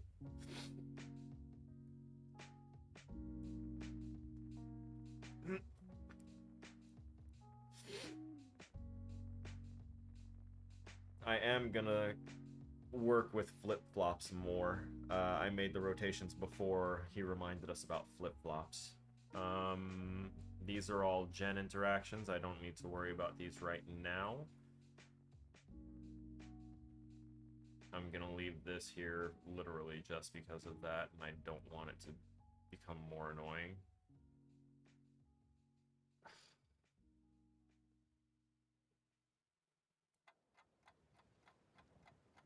This needs to be with the other hits. Okay. We're getting a little bit more organized. What have I done? What is this? What is this fresh hell? Why is this like this? What? What?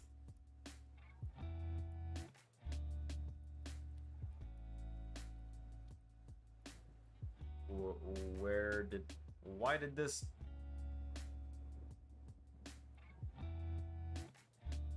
Code tried to eat another code.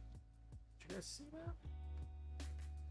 I admit I forget sometimes that when you set down a comment zone, anything within that comment zone becomes a part of it. So I set it down and it probably just lightly clipped the set actor enable collision from our night triggers and just kind of yanked it up over there. Ironically, that happens to me quite a bit, which leads to some of the messiness of my stuff because I don't realize that it wound up dragging things that I didn't want it to drag. So, our patrols start now. We have kind of split up our night shift logic. So now we just don't have the huge long string.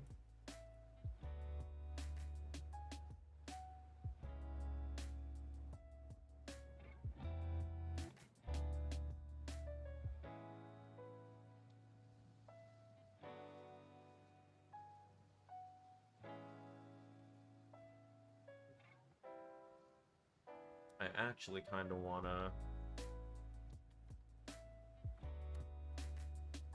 set timer by function name, and that's gen checks, right? 0.1 looping.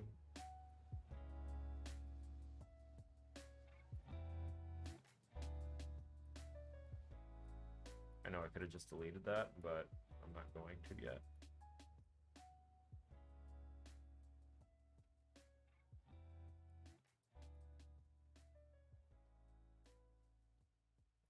Just gonna have that loose there for right now.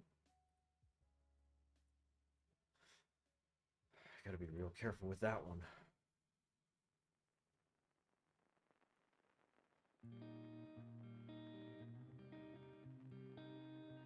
That is an important one on begin play, so we need to keep that on the sequence. The second thing in the sequence is our intro cutscene and my logic to go ahead and create a workaround for the cutscenes, which I'm gonna have to go through that later and get rid of that.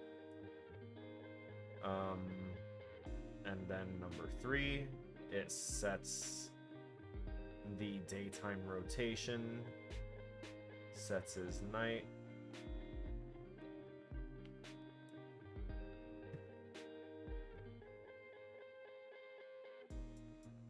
And it... Haha. That's right. I set it to go ahead and pause my crawling whispers. And then, if I remember right...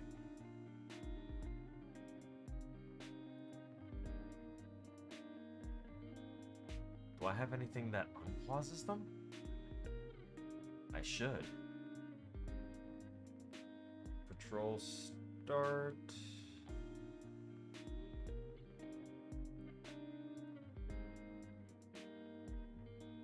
I don't. Okay. So what I'm going to do is grab these and attach them to the end here for our sunset.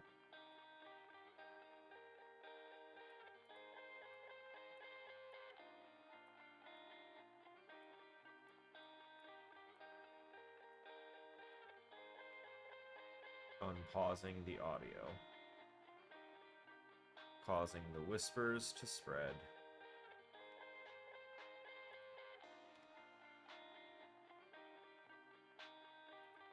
Before I hit play, there's still something that needs to be checked that I keep on forgetting. Begin play, it sets our doors to locked and closed and not in madness. We're not worried about our test toggles. So, the next thing we have to worry about is on component begin overlap. It begins a cast to the player and does a door type check. And the reason it casts to the player is because it checks to see if the player is the one that overlapped that component. We don't want the doors to be opening and closing randomly like crazy and playing sounds just because we have other random shit near the door trigger, you know? So, our door check checks if the door is locked. If the door is locked, it sets the door to closed, makes sure that our collision is enabled, plays the locked sound at the location and rotation of the player, playing it at the location of the door, but playing it at the rotation to the player. Just to kind of give that realism of sound, directionality, and whatnot without actually working too much with spatial audio. Then it prints the string for locked and checks to see if madness is enabled on the door. If madness is enabled on the door, it checks to see if madness is enabled on the door and if the door is in madness. If the door is in madness, then target self, new actor, enable collision, so it disables the collision. It'll play the laugh.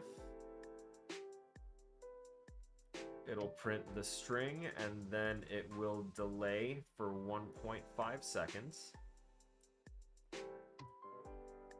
before going to the branch, which checks if our player is up to 250 centimeters away from the door's trigger. If it is, then play the leaving sound, the leaving whispers, re-enable the collision on the door, and say embrace madness to come back. And then go where? Go back, reset the do once, but that basically terminates it there after it resets the do once. On the reverse here, if our player is still within range, it will go right back to that delay of 1.5 seconds and then do the check again. So this basically creates an insulated little loop that'll keep on triggering so long as the player is within that range. That worked. So what's been happening and what I've been seeing is... So it says is madness, and so one of those winds up being wrong when I am going to the doors.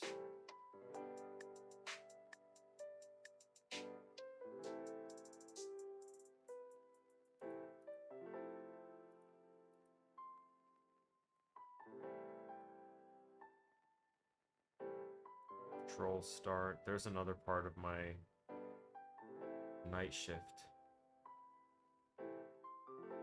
There's sunset. There's the patrol start. Set the scene. There we go.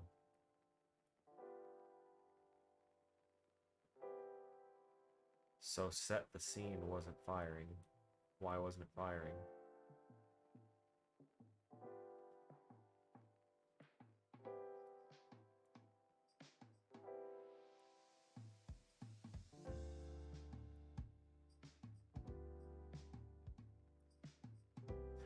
That's where I set the unpausing of the audio.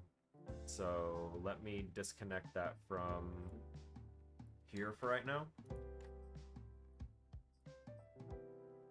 So this is supposed to set the madness doors to enabled madness.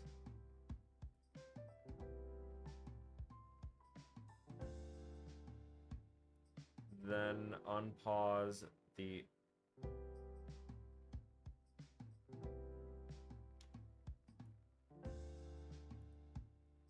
I don't like you being there. Let's make this a little linear.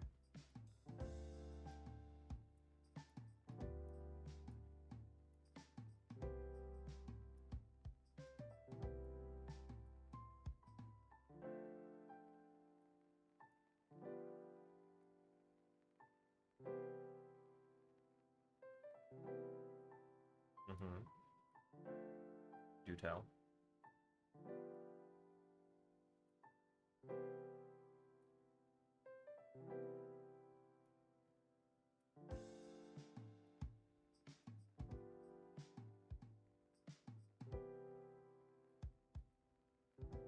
It enables the collision for all of my generators, which they were working. So all of this was there. That means what was happening, they had to have had their madness enabled, they just weren't being set to being in madness. I understand.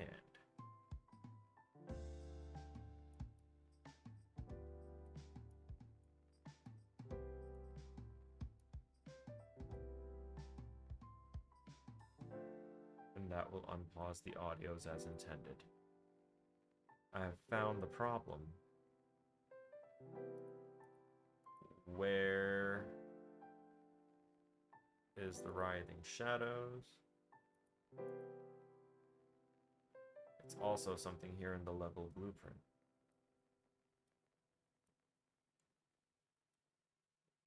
Yep. Yep. Yes, sir. Yes, sir. I found it. I fucking found it. Woo. Let me tell you, this has been bugging me. All right. So, ma chère,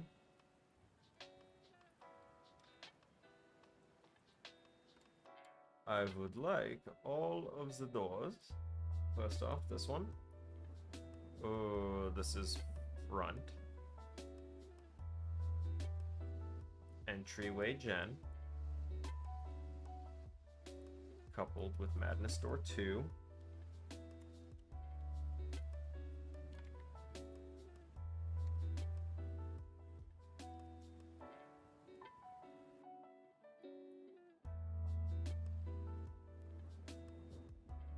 Give me your variables.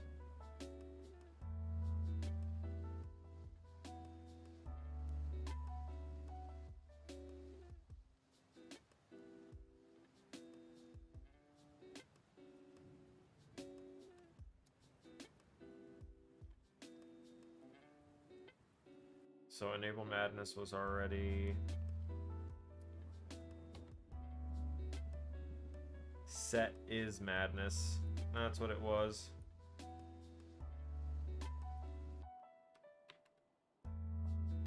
We're gonna plant that there. That there.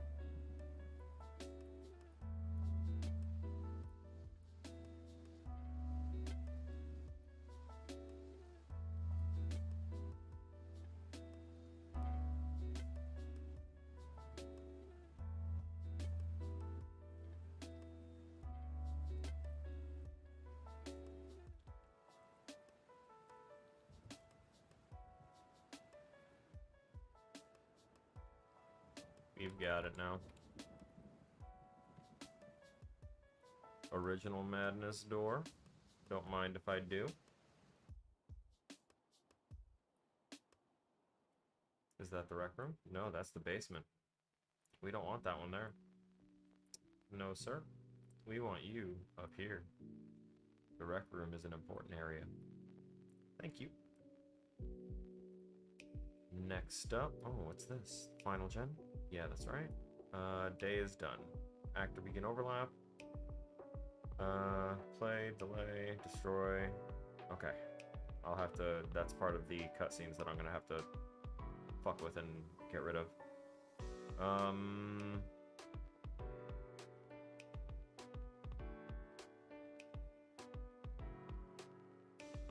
Final gen.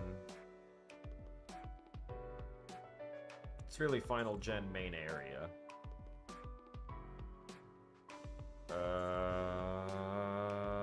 Door is what we're doing. Door. Door 3.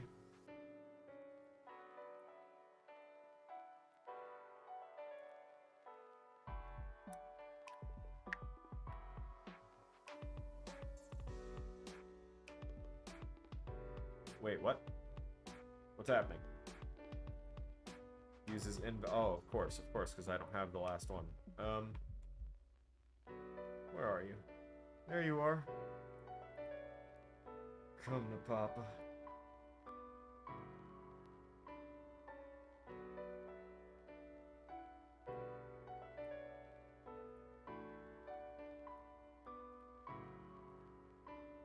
Vertical.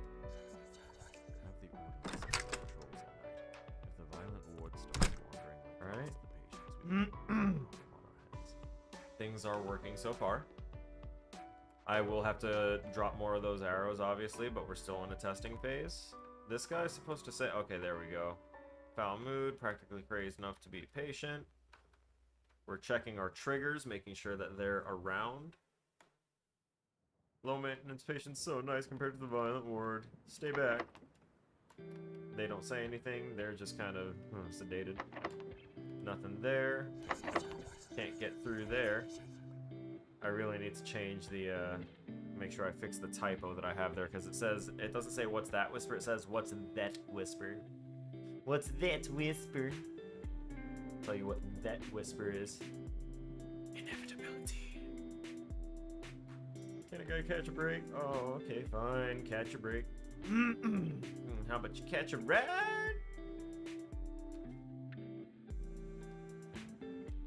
Hey, now you crazy bitch. I hid your text. I make you die, but I didn't read your trigger. I'm sorry. Question, did I set this as a locked door at the start? I did. I set it as an open door. Nice. At least I changed the volume on that enough so it's able to be heard.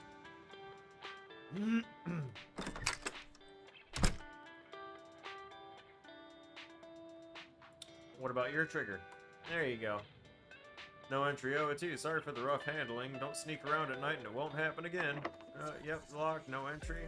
You could hear the whispers, though. I do enjoy that.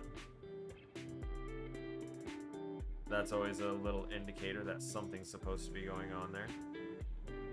I dislike that, that these reflect so much, but it's nighttime now.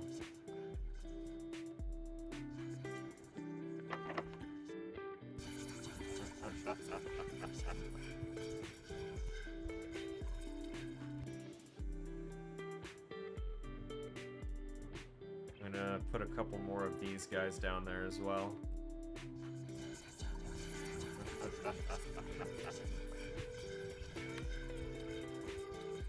Guards are giving chase elsewhere. Can't go through there, obviously. It stays locked. You have to come back out through here. You can hide there because this guy does a nice fun little pattern here. So you can hide here because he just kind of vanishes. And then you can... Bye-bye. Later, bro. He's floating. Up. I have to delete the trigger at nighttime. And I know that I have to delete the trigger at nighttime for this guy as well. And he shouldn't even be here. Actually, he should be here. I'm gonna make him one of the guards that that patrols this area, making it so that way the player can't just cut the hell across here. I'm gonna have him patrolling here, and I'll have another one patrolling here on 2 splines. She should be gone. Why are you not destroyed? I wanted you to be destroyed. Alright, so it's gonna force the character to, you know, not go through right there. They have to go through here. I want to see if this still works. Something's wrong.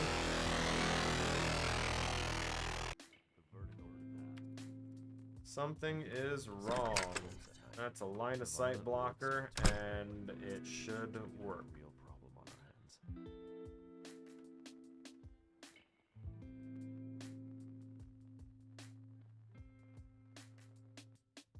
So I think essentially either it considered the character to be closer than the object, or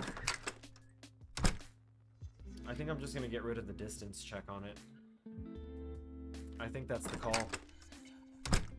I think if we get rid of the distance check, that, you know, pairs to see if you're close enough to the, if you're closer than the line of sight blocker or not.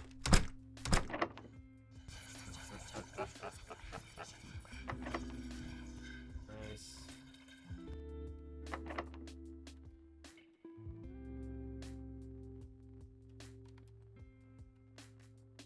That means that these probably don't work. I thought I'm gonna go back and test these things again. There you go. I'll also have to attach a sound for boxes dropping.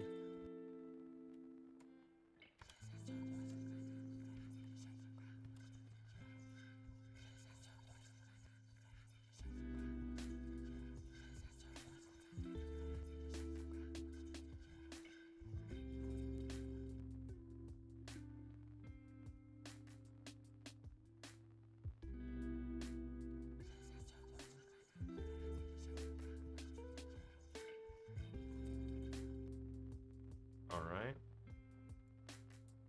Should pop out of shadow.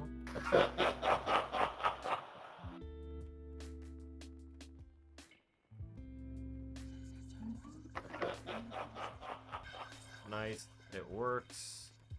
You guys need to pop off too. You could be the other guy. You could be the other guy that latches onto the spline. I'm gonna have him part of the patrol. He's going to teleport next to the spline, so that way he doesn't walk through a wall or something. Actually, no, I don't care if he walks through a wall. Fuck.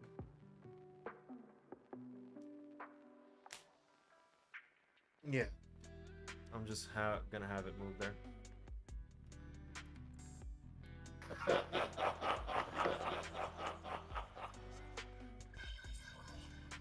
That's right, I intended to have some guards here, and when you turn off the light, they go over there. You're supposed to be gone too. Oh. Oh, there, buddy. That almost went badly. Ah, shit, I think I forgot to attach this door for this generator.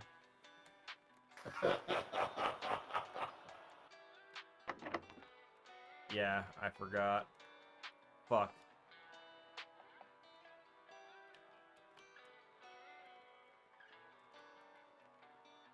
stop. Yep. Mm-hmm. I need to attach that generator. Where are you? Okay. Your stairwell generator, and you are. Let me click on your. There you go. Madness door 16. Ugh. Good times with you, Madness door 16.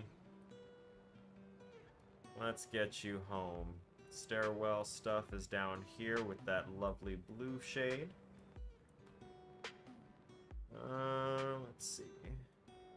Begin overlap, actor hidden. Stairwell gen. Target component. It sets the timer for the path check. Sets that.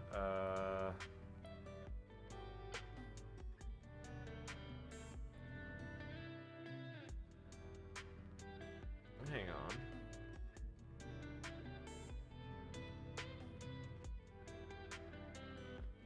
Okay, branch checks for the input key stuff, yeah. Once it does that, it destroys the actor. Floodlight. Da-da. Oh yeah, that's right. I need to. Do I have? Yeah, I'm in the wrong spot. Up. There we go. Madness Door 16 is where it belongs. I now need Riding Shadow. The OG Riding Shadow. Okay. All right. We set that timer, and then we come down to.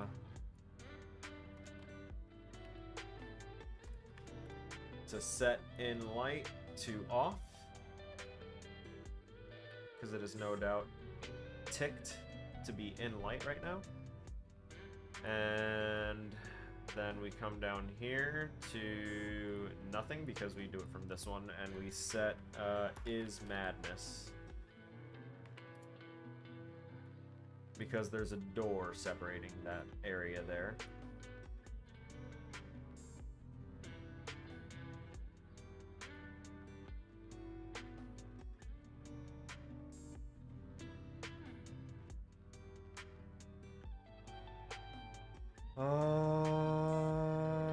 I can close this, I can close this, I can close that.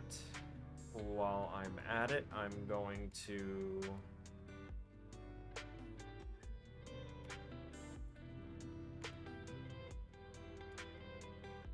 Orderly 4, are you used in anything?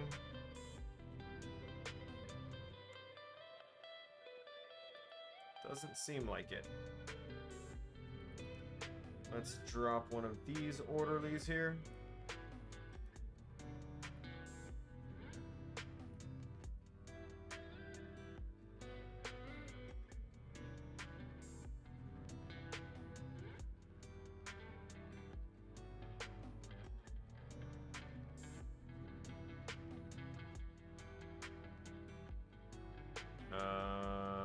Where did I set patrol start? Up here. Specific splines. I'm going to set that there for that orderly.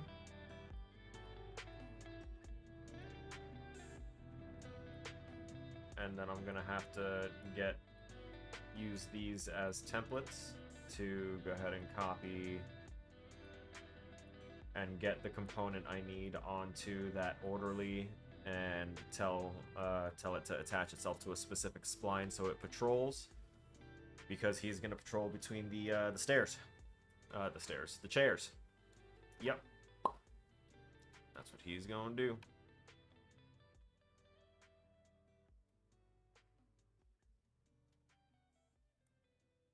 You got to go. That's right. I made a boo-boo. Oh, I didn't reattach that as any part of the shift.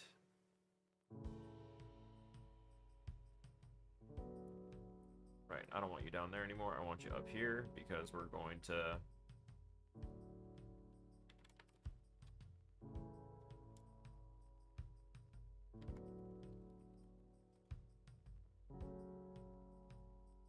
Shift over.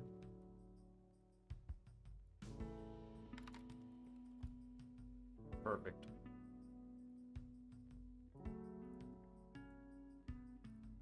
Keeping it a little bit neater this way. I used to be afraid of making custom events. Be like, I'd get too confused. No. Make everything custom. Just do it. Just do it. It is the one true way. Alright. Grab this. Put it with the rest of my night shifty logic. Okay. This huge block is basically night stuff. But what we have accomplished is decent. Shit, I wanted to start a break. I'll start one in Hey Siri, set a 5-minute timer. 5 minutes, starting now. Hey Siri, cancel my timer. It's canceled. Hey Siri, set a 6-minute timer. 6 minutes, starting. Thanks. Yeah, I need to set reminders for myself.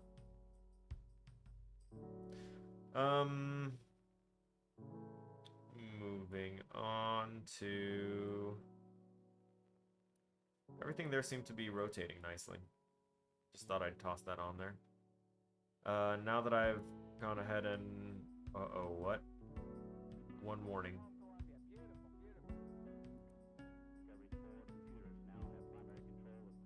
The one actor that I attached then is now non-existent. Yeah, got that.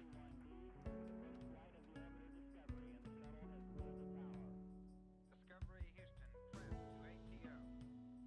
to ATO. Let's grab a target spline.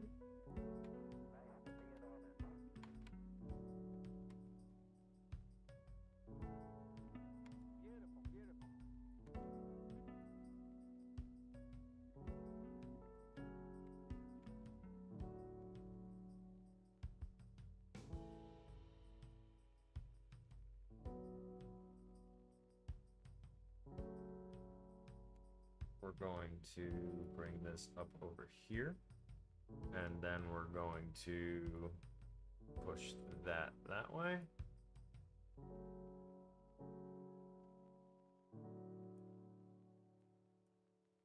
And then see if we can bring that... Hello. That was unfortunately not what I wanted. There we go. That's what I wanted.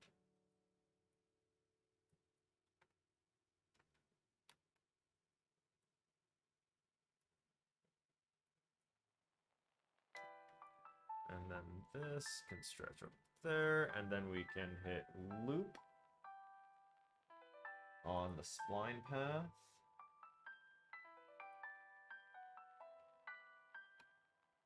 There we go.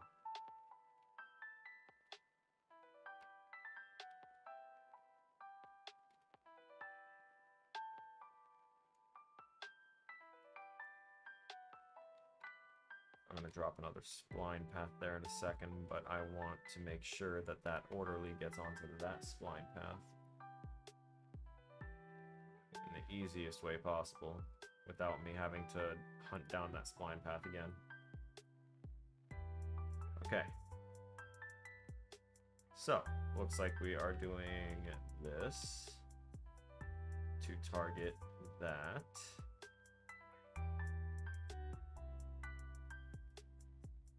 With the intent of the return value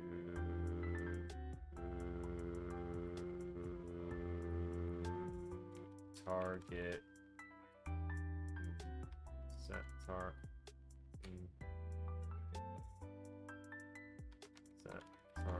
spline. Target spline is that,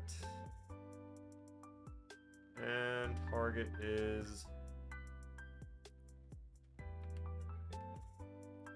get component class of orderly.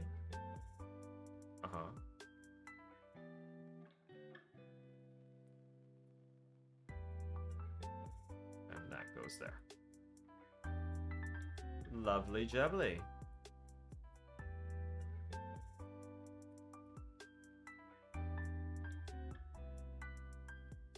And that will add the follow spline component that I made to my character. I'm gonna go ahead and set myself up to sit again. So what that's going to do is it's going to attach the component that I made to that new orderly. That's going to be the one that's taking a break during the day.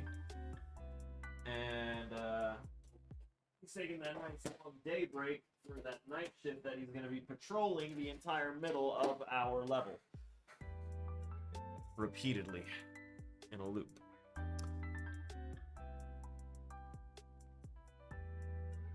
So, once he, I need another one.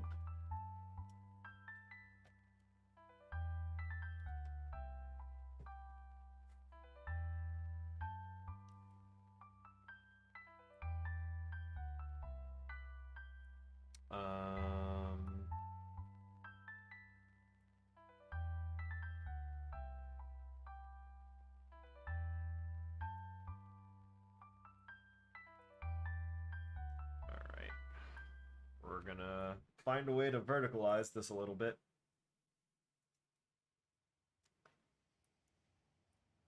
Maybe if I... Yeah.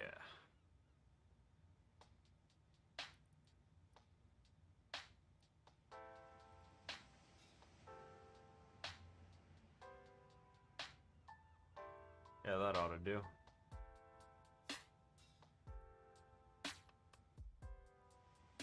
Dun, dun, dun, dun, dun. Those are for the specific patrols. We're gonna compile. Bum bum bum ba da da. Da da da da da da da da da da. Alright, so that's the timer. We're gonna go ahead and take a series set, a 15-minute timer. 15 minutes, starting now. You heard her. We'll be right back. I'm taking a break.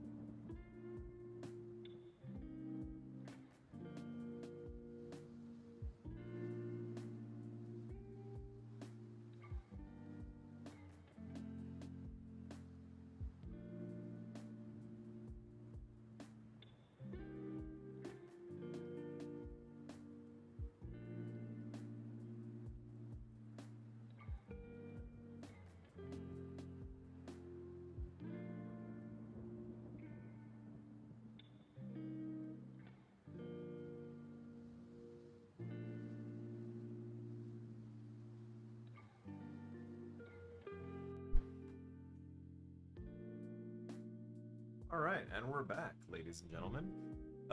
Thank you for waiting. If you did, if you didn't,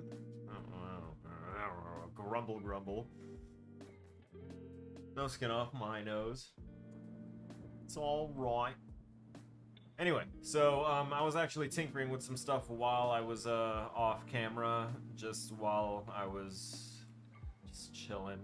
I was flying around. I dropped our some of our guiding arrows here. I am going to change the way the trigger interacts for this. I'm gonna make this one bigger because that's the guide hint trigger, and we kind of need that one. So that way the player knows to check out room 3. And this rec room cutscene trigger is supposed to... I need to go into the front and just find it.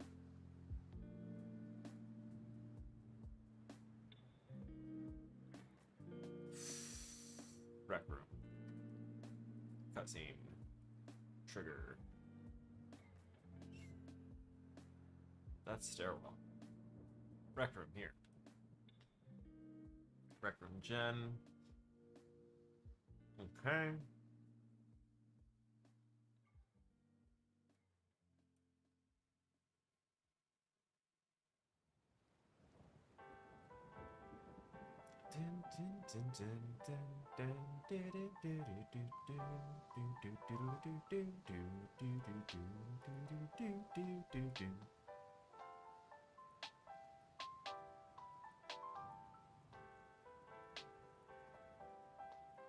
Okay, so this is gonna have to change up just slightly. What is... Oh yeah, that's right, I have that there for that reason. I'm deleting that. Yeah, I'm deleting that. This is now meant to do...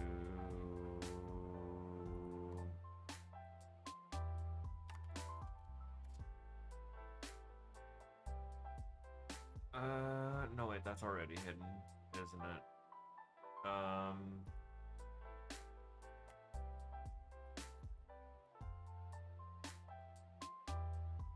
Once day is done, we'll just we'll get a reference to the rec cutscene trigger, and we'll toss it back in here since I just stupidly deleted it. But we're gonna take that and we're gonna add it to our...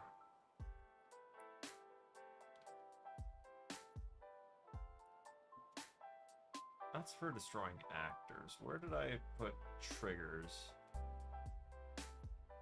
That's for hiding night triggers.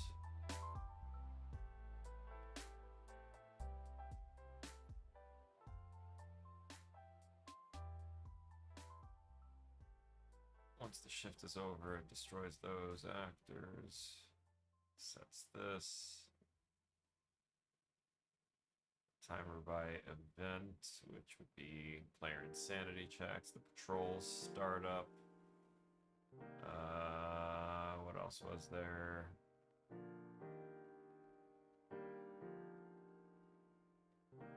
Stair left, set the scene. Set the scene is over here. That sets the door. Okay, there we go. The collision for the, Yes. Okay, so rec room gen is enabled. I think we can also... What about my triggers for the daytime? I know some of my daytime triggers already disappear.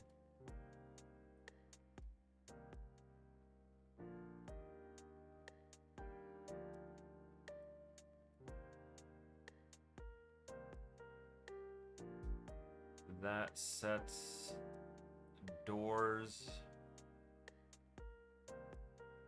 The doors that unlock and relock at the end of the day. All of these are triggers for text specifically. Those are all persistent level actors, static meshes.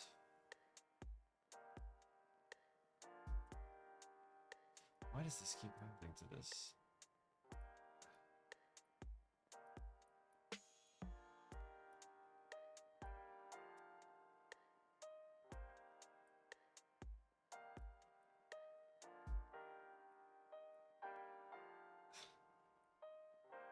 Ridiculous.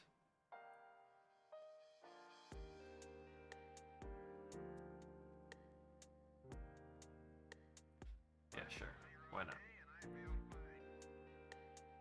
Discovery Houston, press to ATO.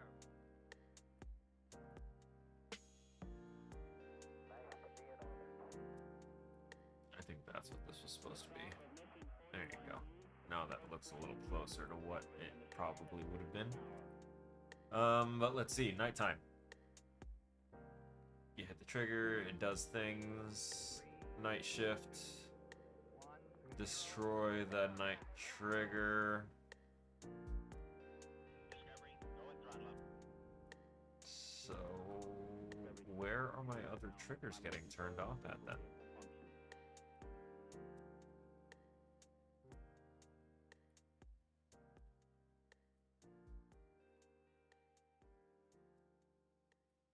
I enable them there.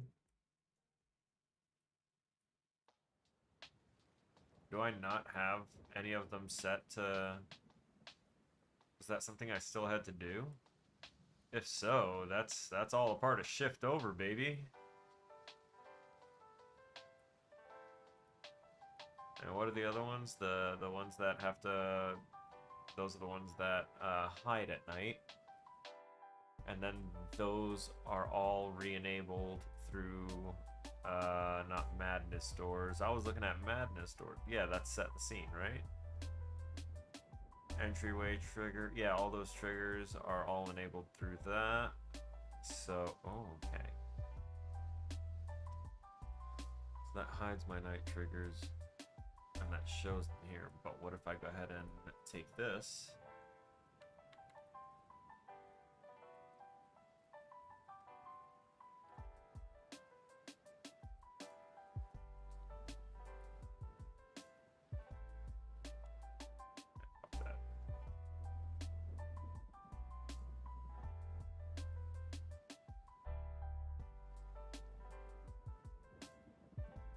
Okay. Now that is where I'm going to place all of my nighttime triggers that need to be revealed then.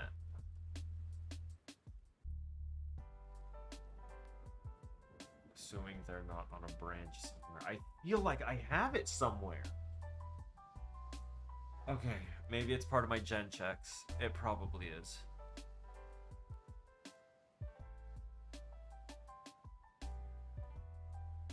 That one's the literal gen checks. This one is going down to the basement generators. All of those. That's those three. That's those. That's all going to those.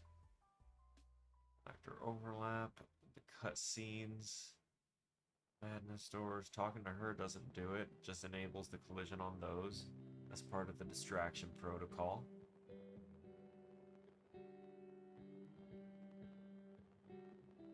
And that destroys all of the other things. It's crazy. Yeah.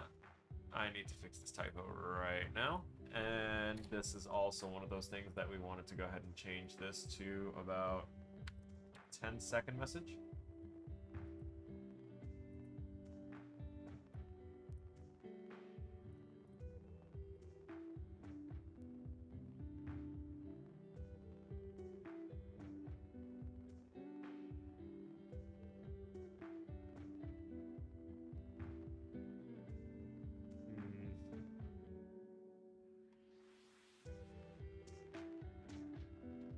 You should be fine. You guys are gonna be you guys.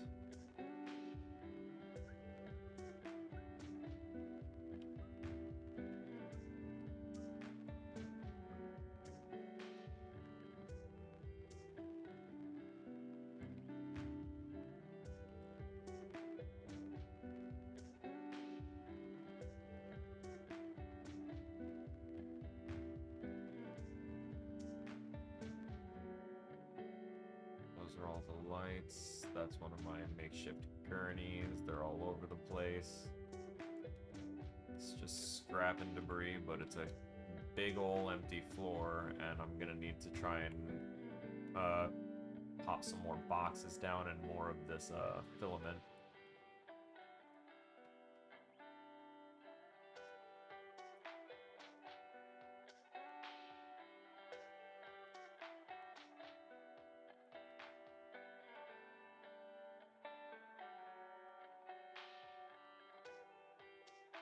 Shrink that.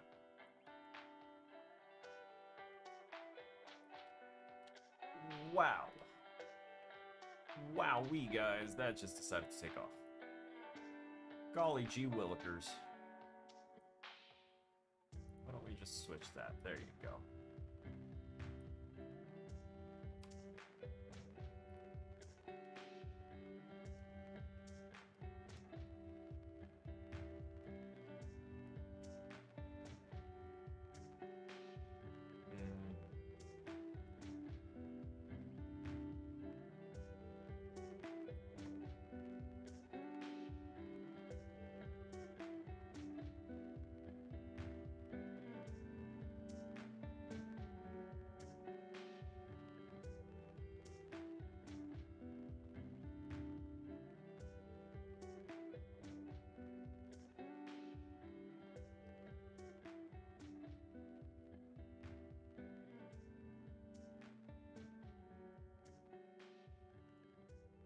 Huh.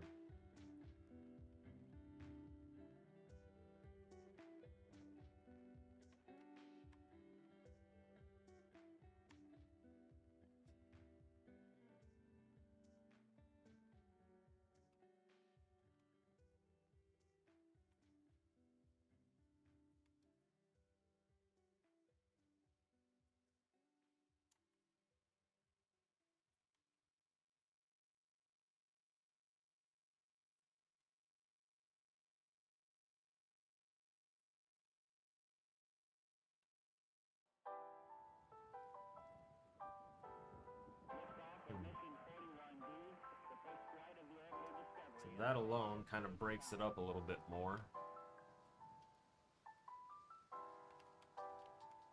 Because now we'll be here, we see that there's a little bit of a hullabaloo with plastic tarp. But we'll also see that this guy is going to be immediately patrolling. And as we go through, we'll encounter the others patrolling. I need to check your spline. I don't know which one you're on.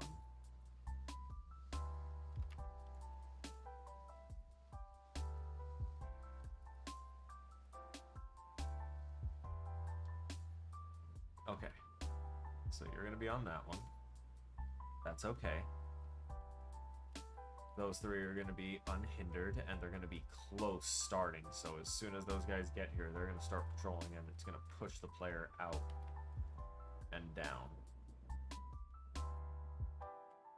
Or they die. Yeah.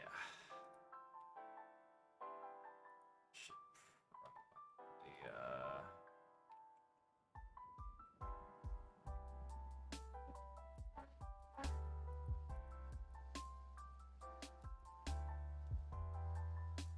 Oh boy, it's almost midnight and I'm hearing a whole lot of wee-woo. That's an incredible amount of wee-woo.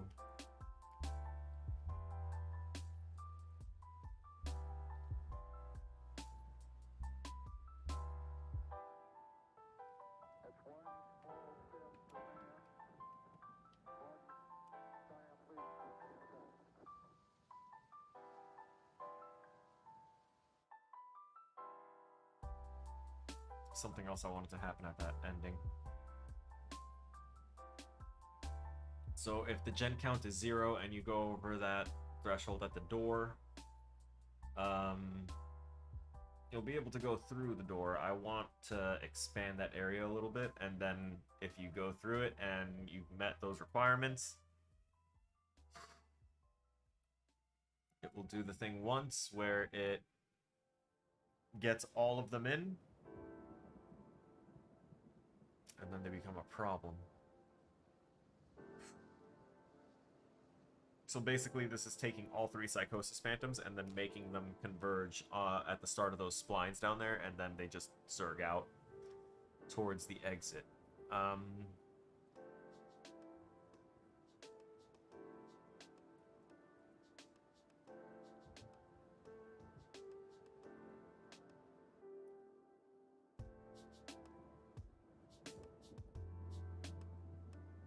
Add one more thing after I plant it.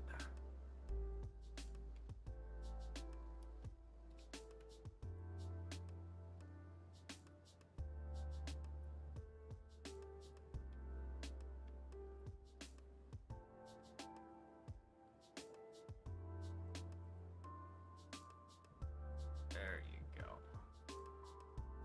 Nice, big.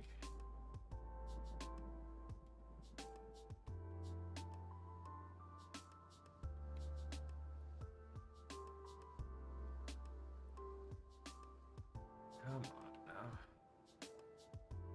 We're gonna get this right.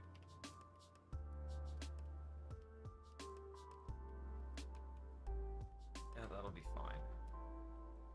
That will also be fine. What about width-wise? What are we looking at here?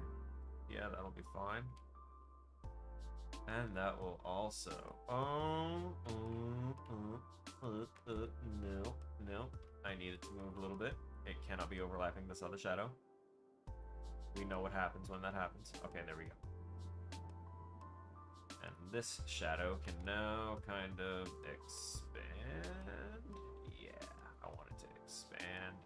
Get a little thick. There you go. There's only going to be a tiny little gap there. And this thing here is going to regularly, well, not regularly, but it's going to be a bigger trigger. Bigger.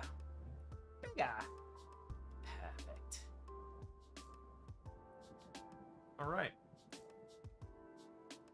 That should set up this ending area a little bit more smoothly.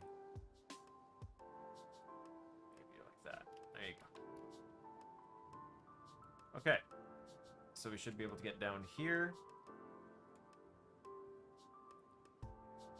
What was I looking for initially? Right, I was looking for those stupid things, the triggers, but I'm gonna have to go through and check which ones are and are not active. What was the Writhing Shadow, the big one that I just dropped right here? Gone splines. I need Writhing Shadow 13 to come up here, and you are going to be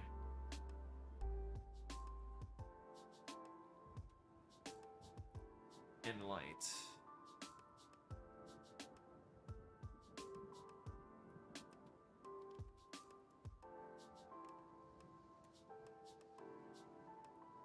There we go.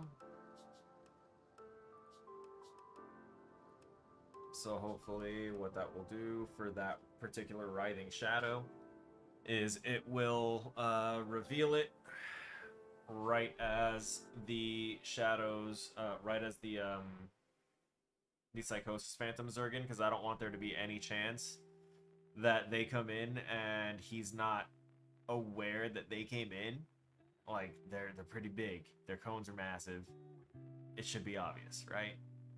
But if he's not in the shadow zone, he's not gonna see them. They're not gonna like announce themselves, especially with cutscenes broken. So have to make sure that you can see them, so I made the entire area a shadow zone.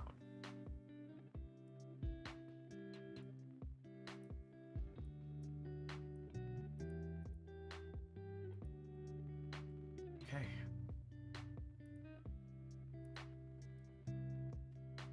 It's that.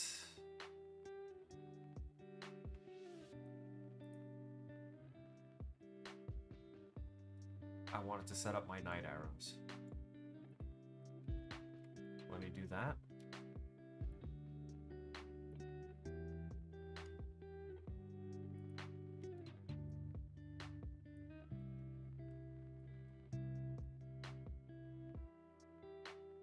Yeah, I need to really move that in there. Make sure that there's no chance that he doesn't see it. And with this thing right here, orderlies catch me, throw him back in room, supply carts are tall enough to crouch behind in these writing shadows or something.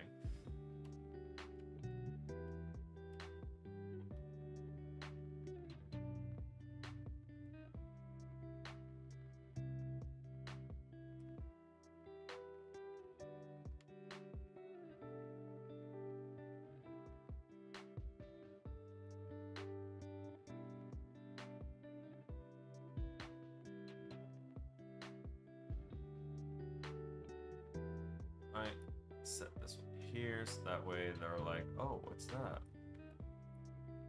And this will be a little tutorial, and you enter, and I'm gonna put text in here.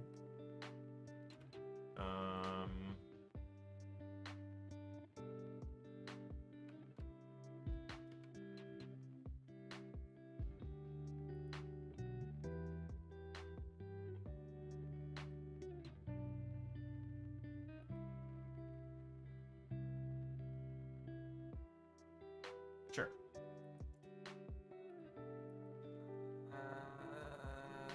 Maybe.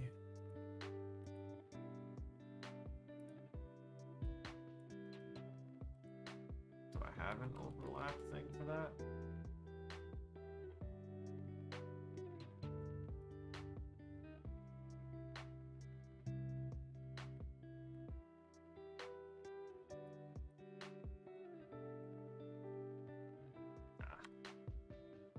We're just gonna create a separate trigger for it.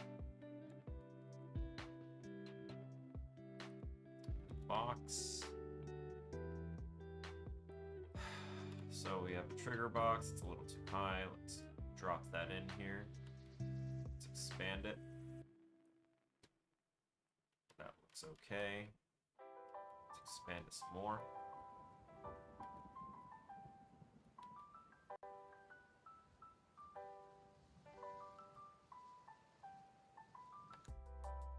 And we're gonna name this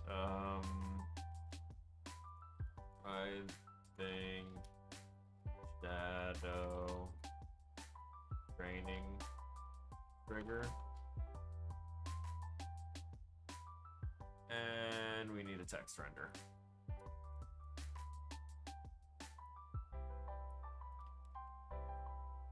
And we're already going to change the text on it to the Emissive Madness. Actually, I want it to be the Opaque Madness this time, since it's already going to be mixed in with an emissive purple.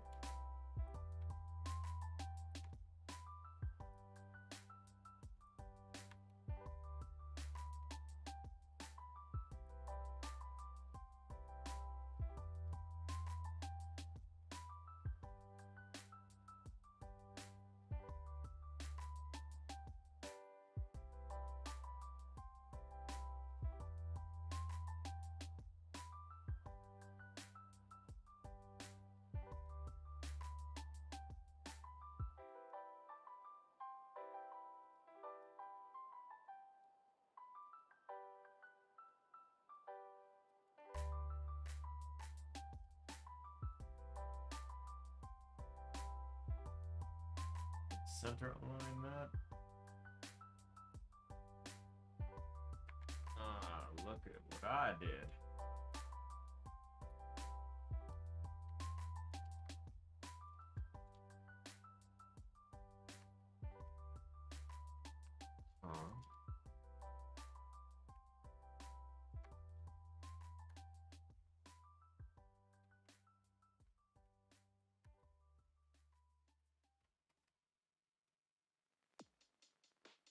Make this render hidden. And this trigger, wait, this text, let's grab the trigger first, because I would like to copy that, and then name, text, perfect. Now I can grab both of these and drop them into our level blueprint.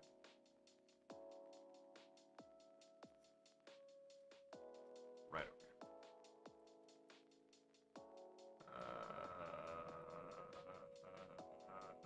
Right actually need that.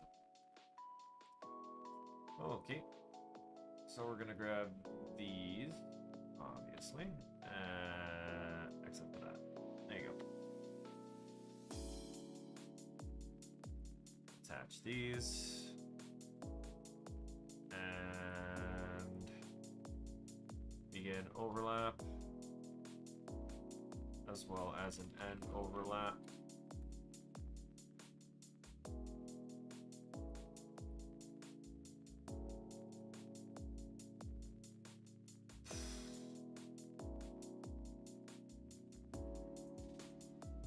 Connect that there, connect that there. Oh god. Of course, we're compiling rather flawlessly here.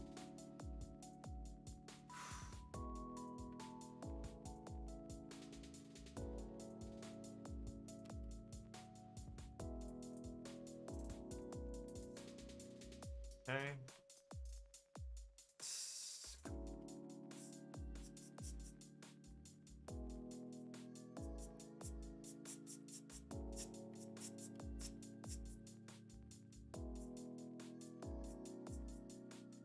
Perfect. Perfect.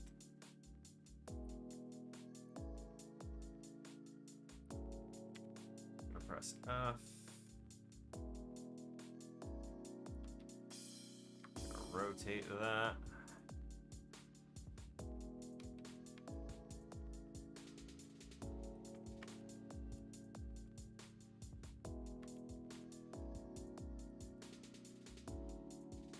There you go.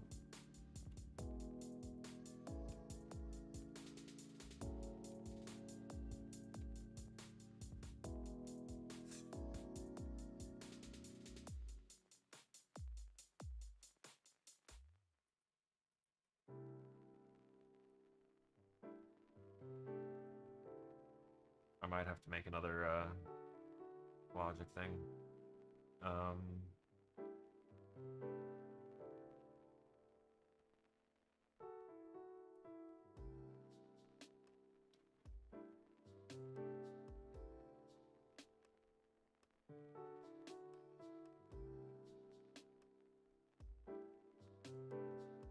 Oh god, I gotta. I'm thinking too much about it. So they're not gonna be able to like get through there until ooh, I know I need to put another well, technically I don't. The guard there will dissipate, and if they don't do this step, then the guard won't dissipate and they can't proceed forward. And I've already checked that these steps work, and I will check them again and again and again to ensure it.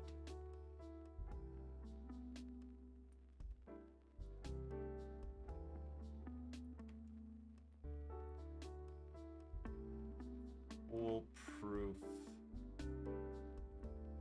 Got to foolproof it.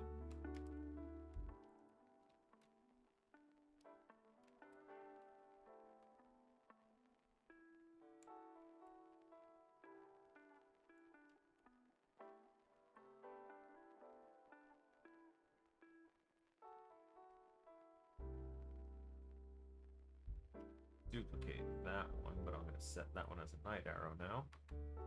And now angle it that way.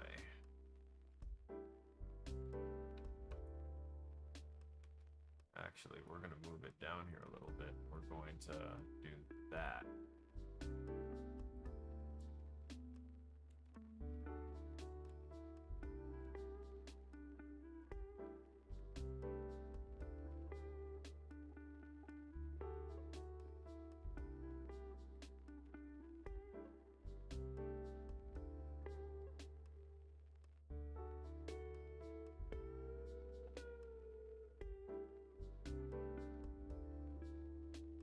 This dude just gonna be chilling.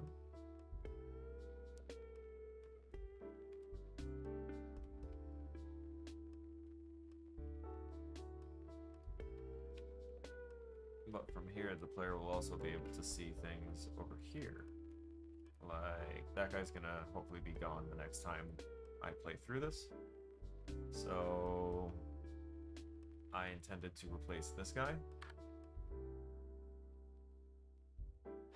Yeah. He's part of that day shift of actors that gets destroyed, right? Right.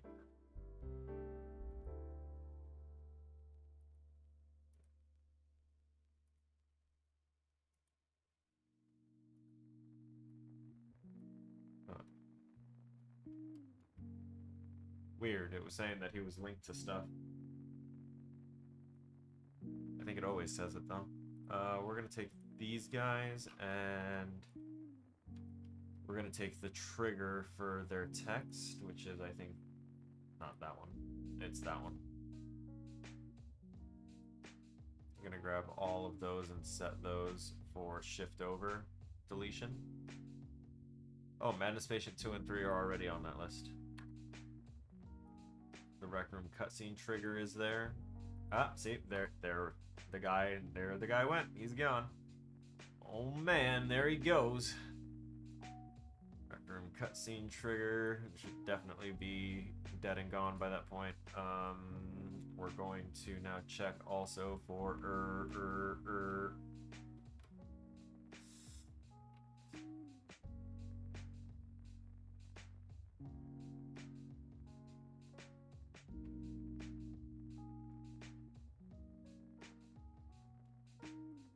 I gotta place a guy.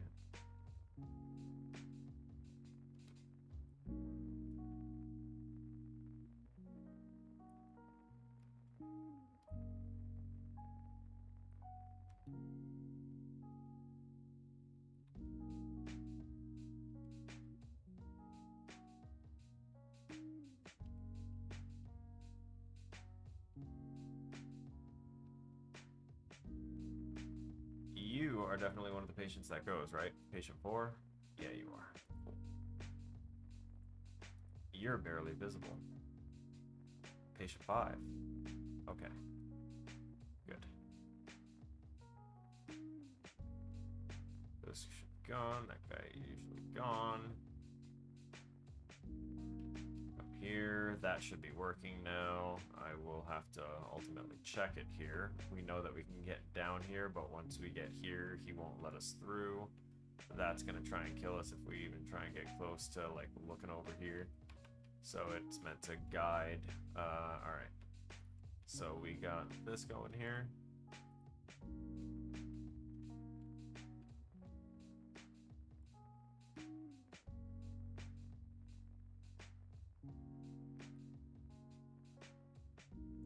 Down, boy. Not that far down.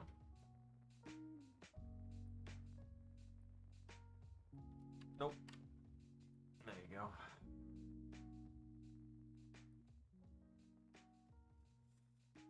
And another one. Right. Brother.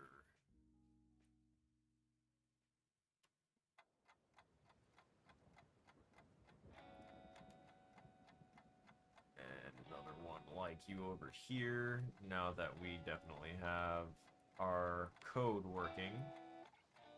So you're gonna be there, and you're also gonna have a buddy that you're gonna talk to.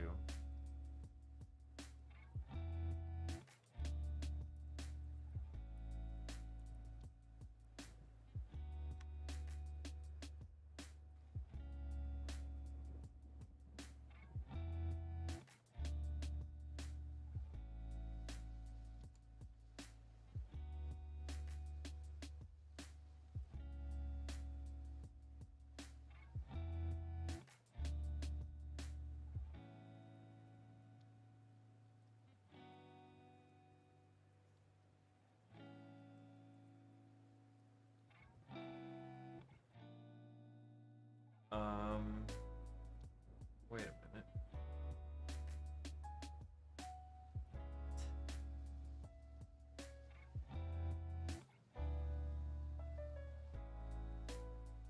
Does my computer seem to think that I am actively... Am I? That would explain at least one thing. Nah. There's no way.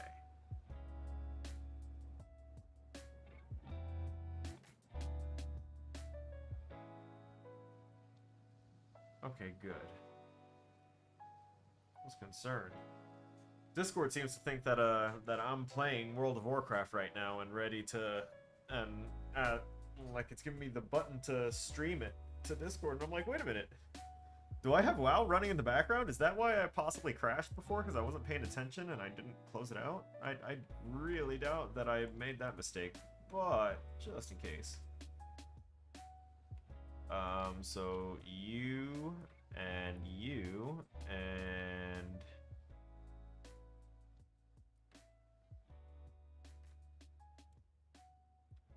you.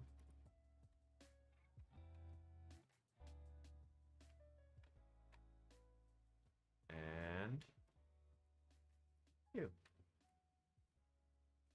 You four. No one else, right? Perfect.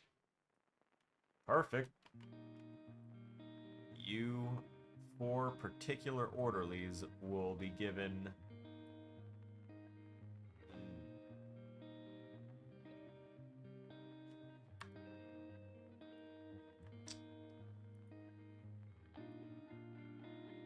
four actors.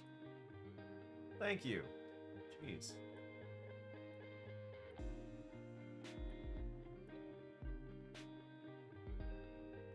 Y'all are going to be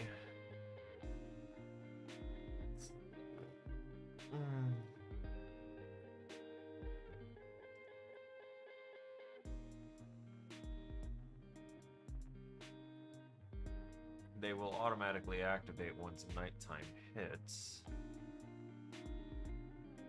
I need them to deactivate or to move after a particular generator is complete or gone.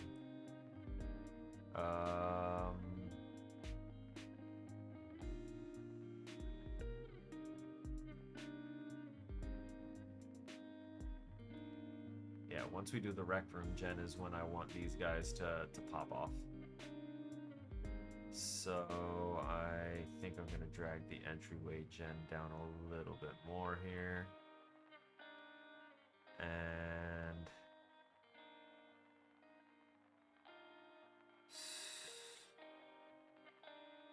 right. I still needed to finish this. So the cutscene trigger will set that automatically. Set actor hidden in game. I needed to drop that text box, is what I needed to do. See, I'm doing my stream at the end of my day once my Adderall's already run out, and now my brain scatters. So, sorry, I'll have to get the scattered version, but it's probably entertaining in some way.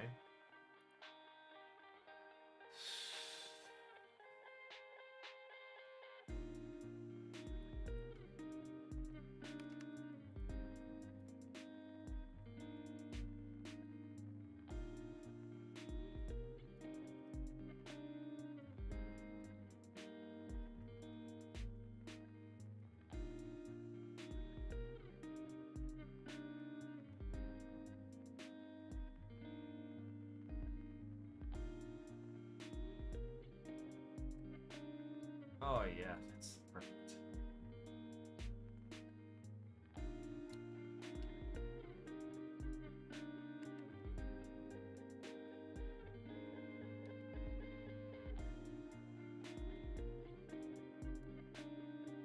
Oh, one of the neighboring buildings is burning down.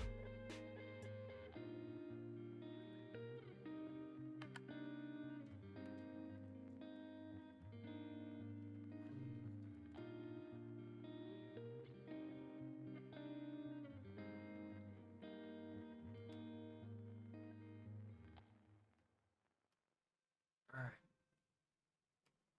So we disabled that cutscene playing.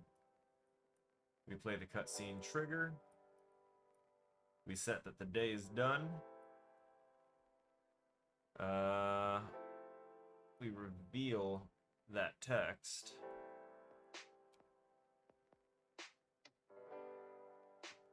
because we're gonna rename it right now. Rec room cutscene text. Refocus it, pop it out. There you go. We're going to bring you down just a little bit more because we're also going to basically duplicate this. Not that much. Copy those, spit them down. The guys next door must be hating their existence right now. I feel so bad for them. One of my classmates happens to be stuck amongst those, having to evacuate the building right now. I might see if he wants to come over and get a free edible. Let's see, rec room. End over. Oh yeah. Whew. I'm sorry. I was clicked onto the text. We're getting close to the end of our stream here, so that's why I'm like getting a little tired, getting a little chatted out. I ate good. I've done a good amount of work. I'm caught up on everything. Wait. Why is this on fucking cast fail? Fuck no. It's supposed to be set actor in the game. Overlap. Set day is done. Do once. Set day is done. So that way running back and forth in the same trigger isn't gonna break it or do anything else to it. Cutscene trigger will go back to hiding that text once they leave the trigger. Okay, that's good. Now for these orderlies,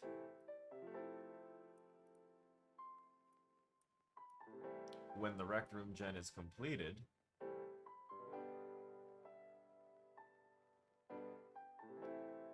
that stuff is normal. All right.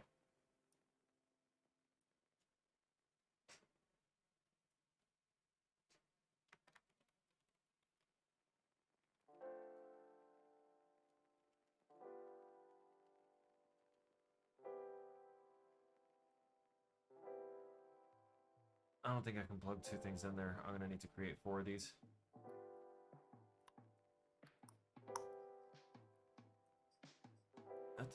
Not too far.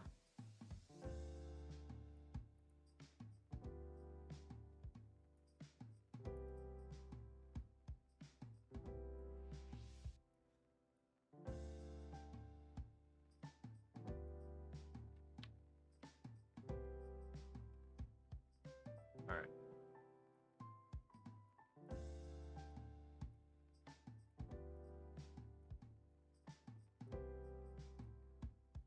So, first one.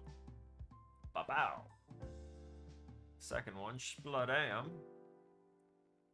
I'm gonna need to give these guys a lot more room, aren't I?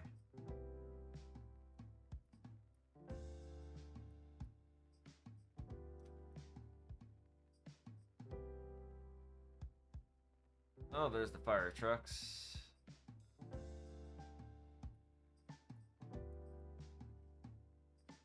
Okay, let's start with number 1 here. And that's the target that we're trying to set the transform for.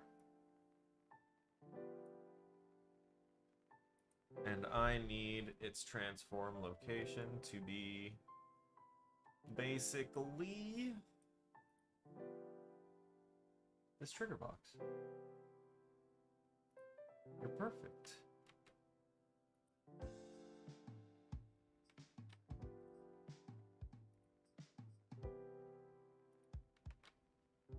Get that there. Get that. And we're gonna get that. Oof, that's a thick one.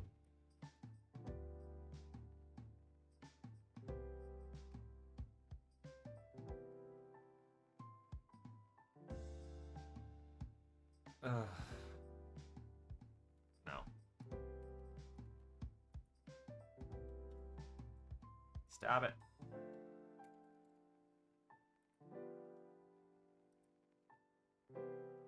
So this box, gonna do this. Alright, never mind. I am going to grab this entryway trigger and set this get actor transform, and we're gonna set that actor transform as the new transform location for these guys. Recombine the struct pin.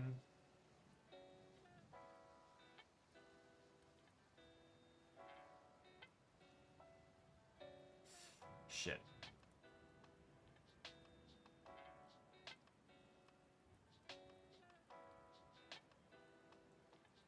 Something I gotta do first.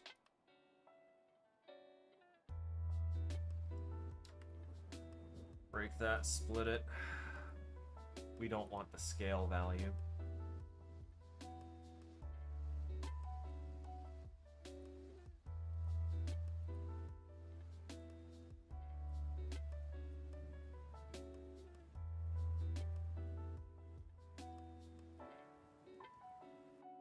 Okay, so this will set two of the orderlies to go to the entryway generator.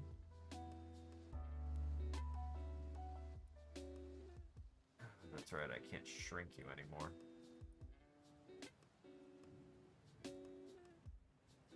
And that means that the other two here will go elsewhere.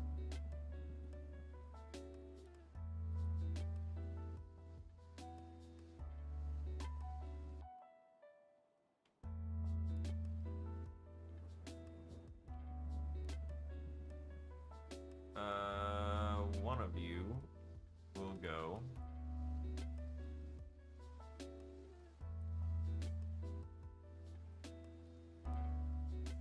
and look through there.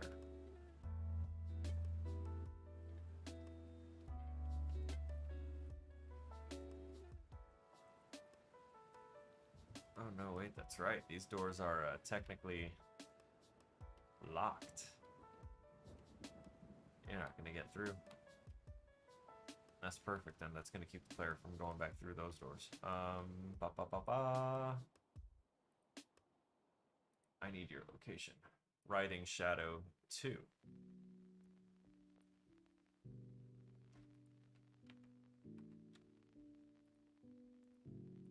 He's here.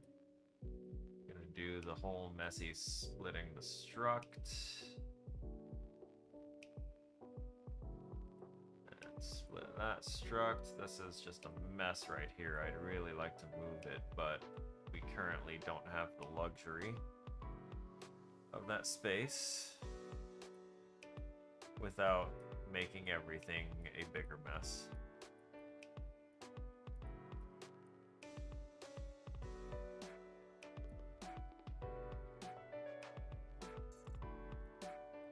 There we go.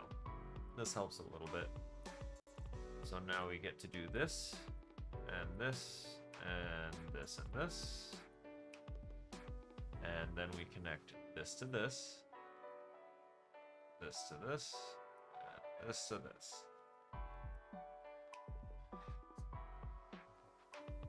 That takes care of those guys if the player does things correctly, and if this plays out correctly. So they get the Rec Room gen done, and then it'll set those things, and these guys will move to the other door. The player will walk out through the door that they were just protecting.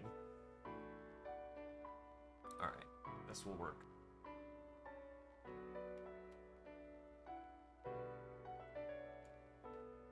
Player falls down. Alright, we need guides. Ba-ba-ba.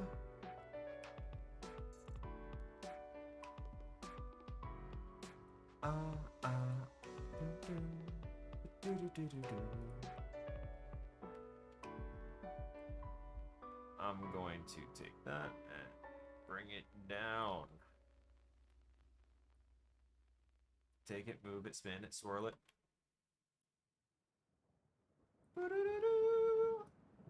I still have to create a patrol for this section here. And that will actually conclude, I think, all of the guards and patrols and shit. I think that'll take care of all of my moving parts if everything works. Then we just have to make sure that everything works. And that means that I can focus all of tomorrow on my 2D level design because I haven't done enough of that. Woo!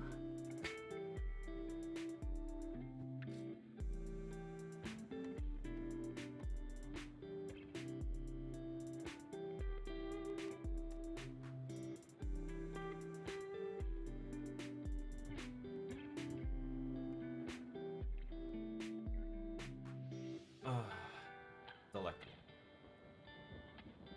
Oh, okay. Laggy. Save. Good. Good, good, good. Okay. We're taking risks here.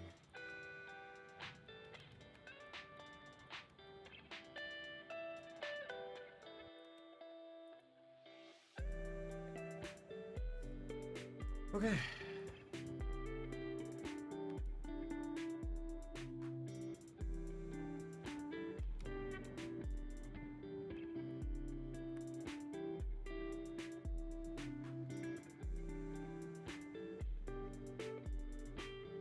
Do that.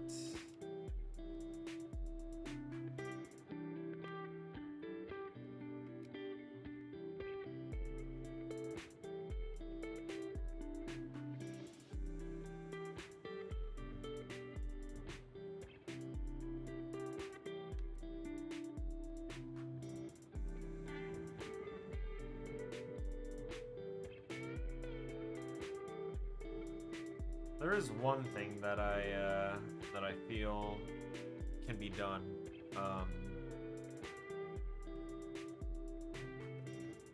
Attaching it to the player or putting it in the code of this on tick to see if the player has been idle for let's say 10 seconds. And then it'll show the nearest thing depending on if it's night or day. I like that.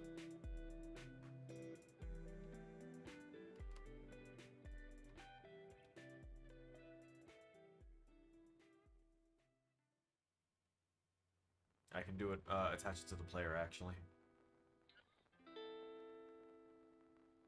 So we'll go through there. I wanted to... Like, this guy is the one that I said, oh, her, this guy's gonna, you know, he's gonna patrol around here. Hang on, we have 1, 2, 3, and 4. Okay, perfect. I said, he's gonna patrol around there, her. No, I'm not gonna have him patrol around there. I am gonna have him move around in here.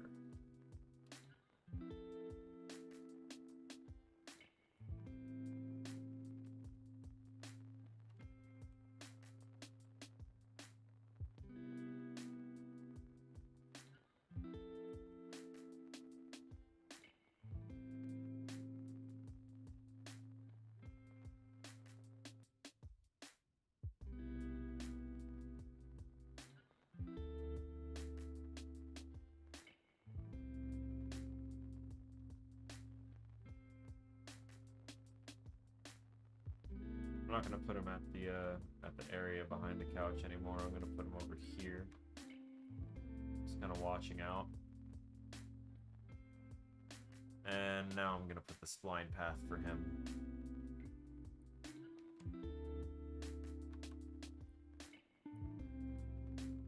And it'll be your nearest spline path when I attach a thing to you, so I don't need to do anything special for you. It's just gonna you're gonna attach a component, you're gonna be like, oh shit! And you're gonna go. That's exactly what's gonna happen.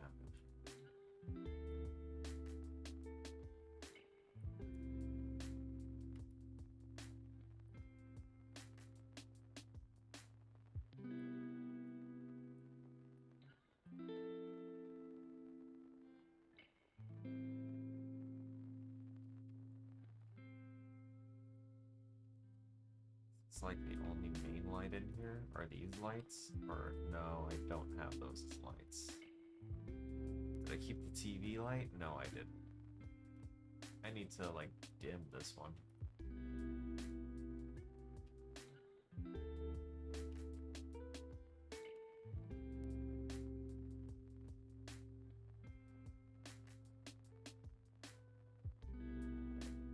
I'll have him patrol the spline until that generator pops, and then he will panic and just kind of walk back, and like he'll panic and crawl up over here. Ooh, that's perfect. Yep, that's what I'm going to use you for. I'm going to use you for a positional reference. That's wonderful. Okay, so this spline path here, we're going to take that. I'm going to drop it here just so that way it's there. And now we're going to take it and relocate it to where the rest of our patrols will be.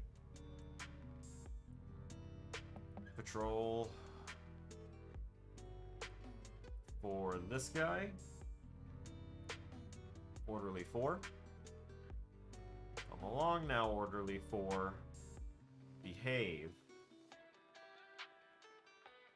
So, we're gonna have... I'm gonna pop you right over here if that's alright with you.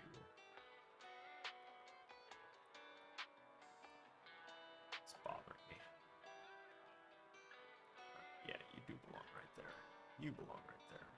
Why was this so wrong? Alright, Orderly. We want to add this follow spline to our Orderly.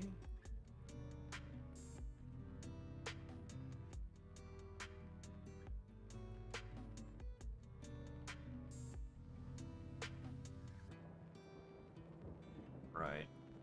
Set target. Do that. Do this. Target spline for the... Excuse me. Oh yeah, that's right. Get component class. From this guy. There you go.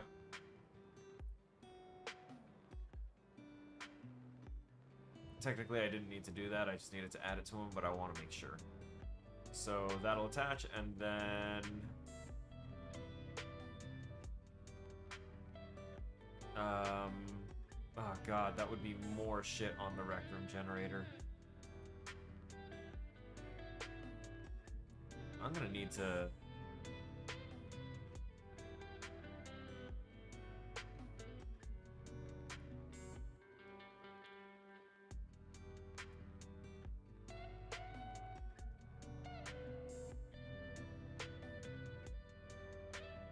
Control disarray.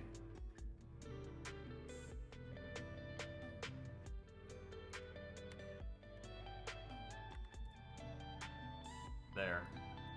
We've now set it so that way when we complete the rec room gen, it triggers the patrol disarray, and we're gonna take all of this code and move it. I cannot have this. This is ridiculous now. So we're going to grab this, that, this, that, those, that, indeed these as well, and that, and this, and then, voila. Gone, fucking yeeted, moved out the way. We're gonna toss it somewhere along here it'll be near here, alright? It's gonna go right there for right now. We're gonna delete that. We're gonna take this and attach it right there. Wonderful. It'll be a one-time thing. It moves those guys. And now it will also, once that generator is complete, and it moves those guys, it will also take this guy, Orderly 4, right? He's the one that we just made the thing for, so Orderly 4, we're gonna get his class component as well.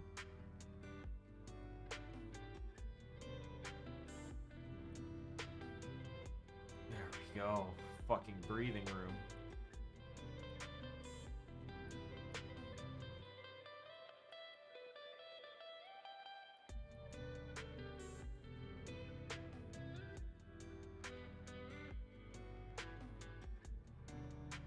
Yeah, there we go.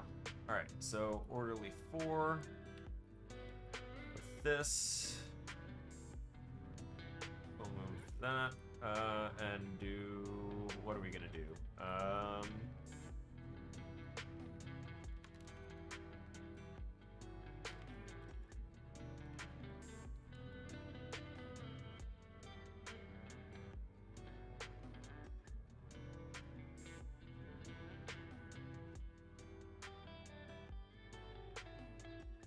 So we'll cast it to this, and as the actor component, we are going to destroy component, and we're going to set the actor transform.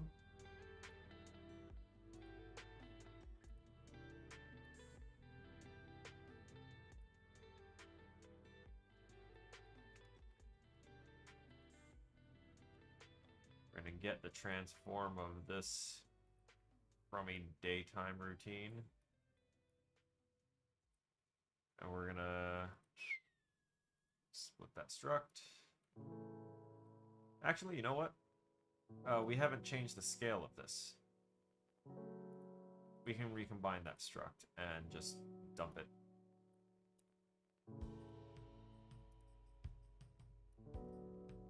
Perfect. Actor transform, perfect.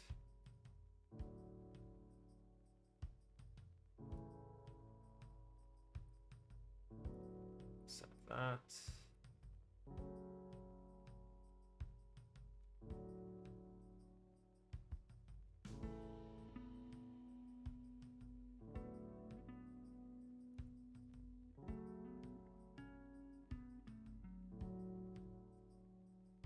I need to sweep these other guys too. It's fine if they trigger overlaps for the things that they're supposed to, but which is nothing. Everything is set to only interact with our player, but yeah, that should work, and we're going to compile it, and I will let y'all know how it goes, because we're done here. I want to go ahead and give a shout out to Mike South for popping in there and saying hello, joining me for a quick toke. I appreciate it. Everyone else, I understand everyone's got work and stuff tonight, especially amongst my friends. So, oh, what's this?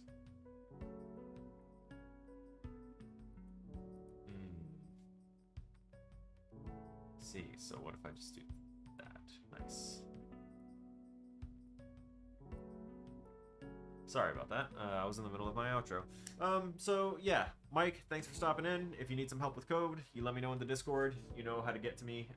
Anyone else that stopped in, I appreciate you so much. I always forget to realize that there may have been people that stopped in that, you know, didn't say anything or were just lurking. I know that my stupid little counter thing there betrays, and I know that there's people there because when I check my Streamlabs for my loyalty point store, it tells me that there's people accumulating points, which means they're stopping in and they're watching. So to those people, I want you to know that I see you. I see you, and I appreciate you very much.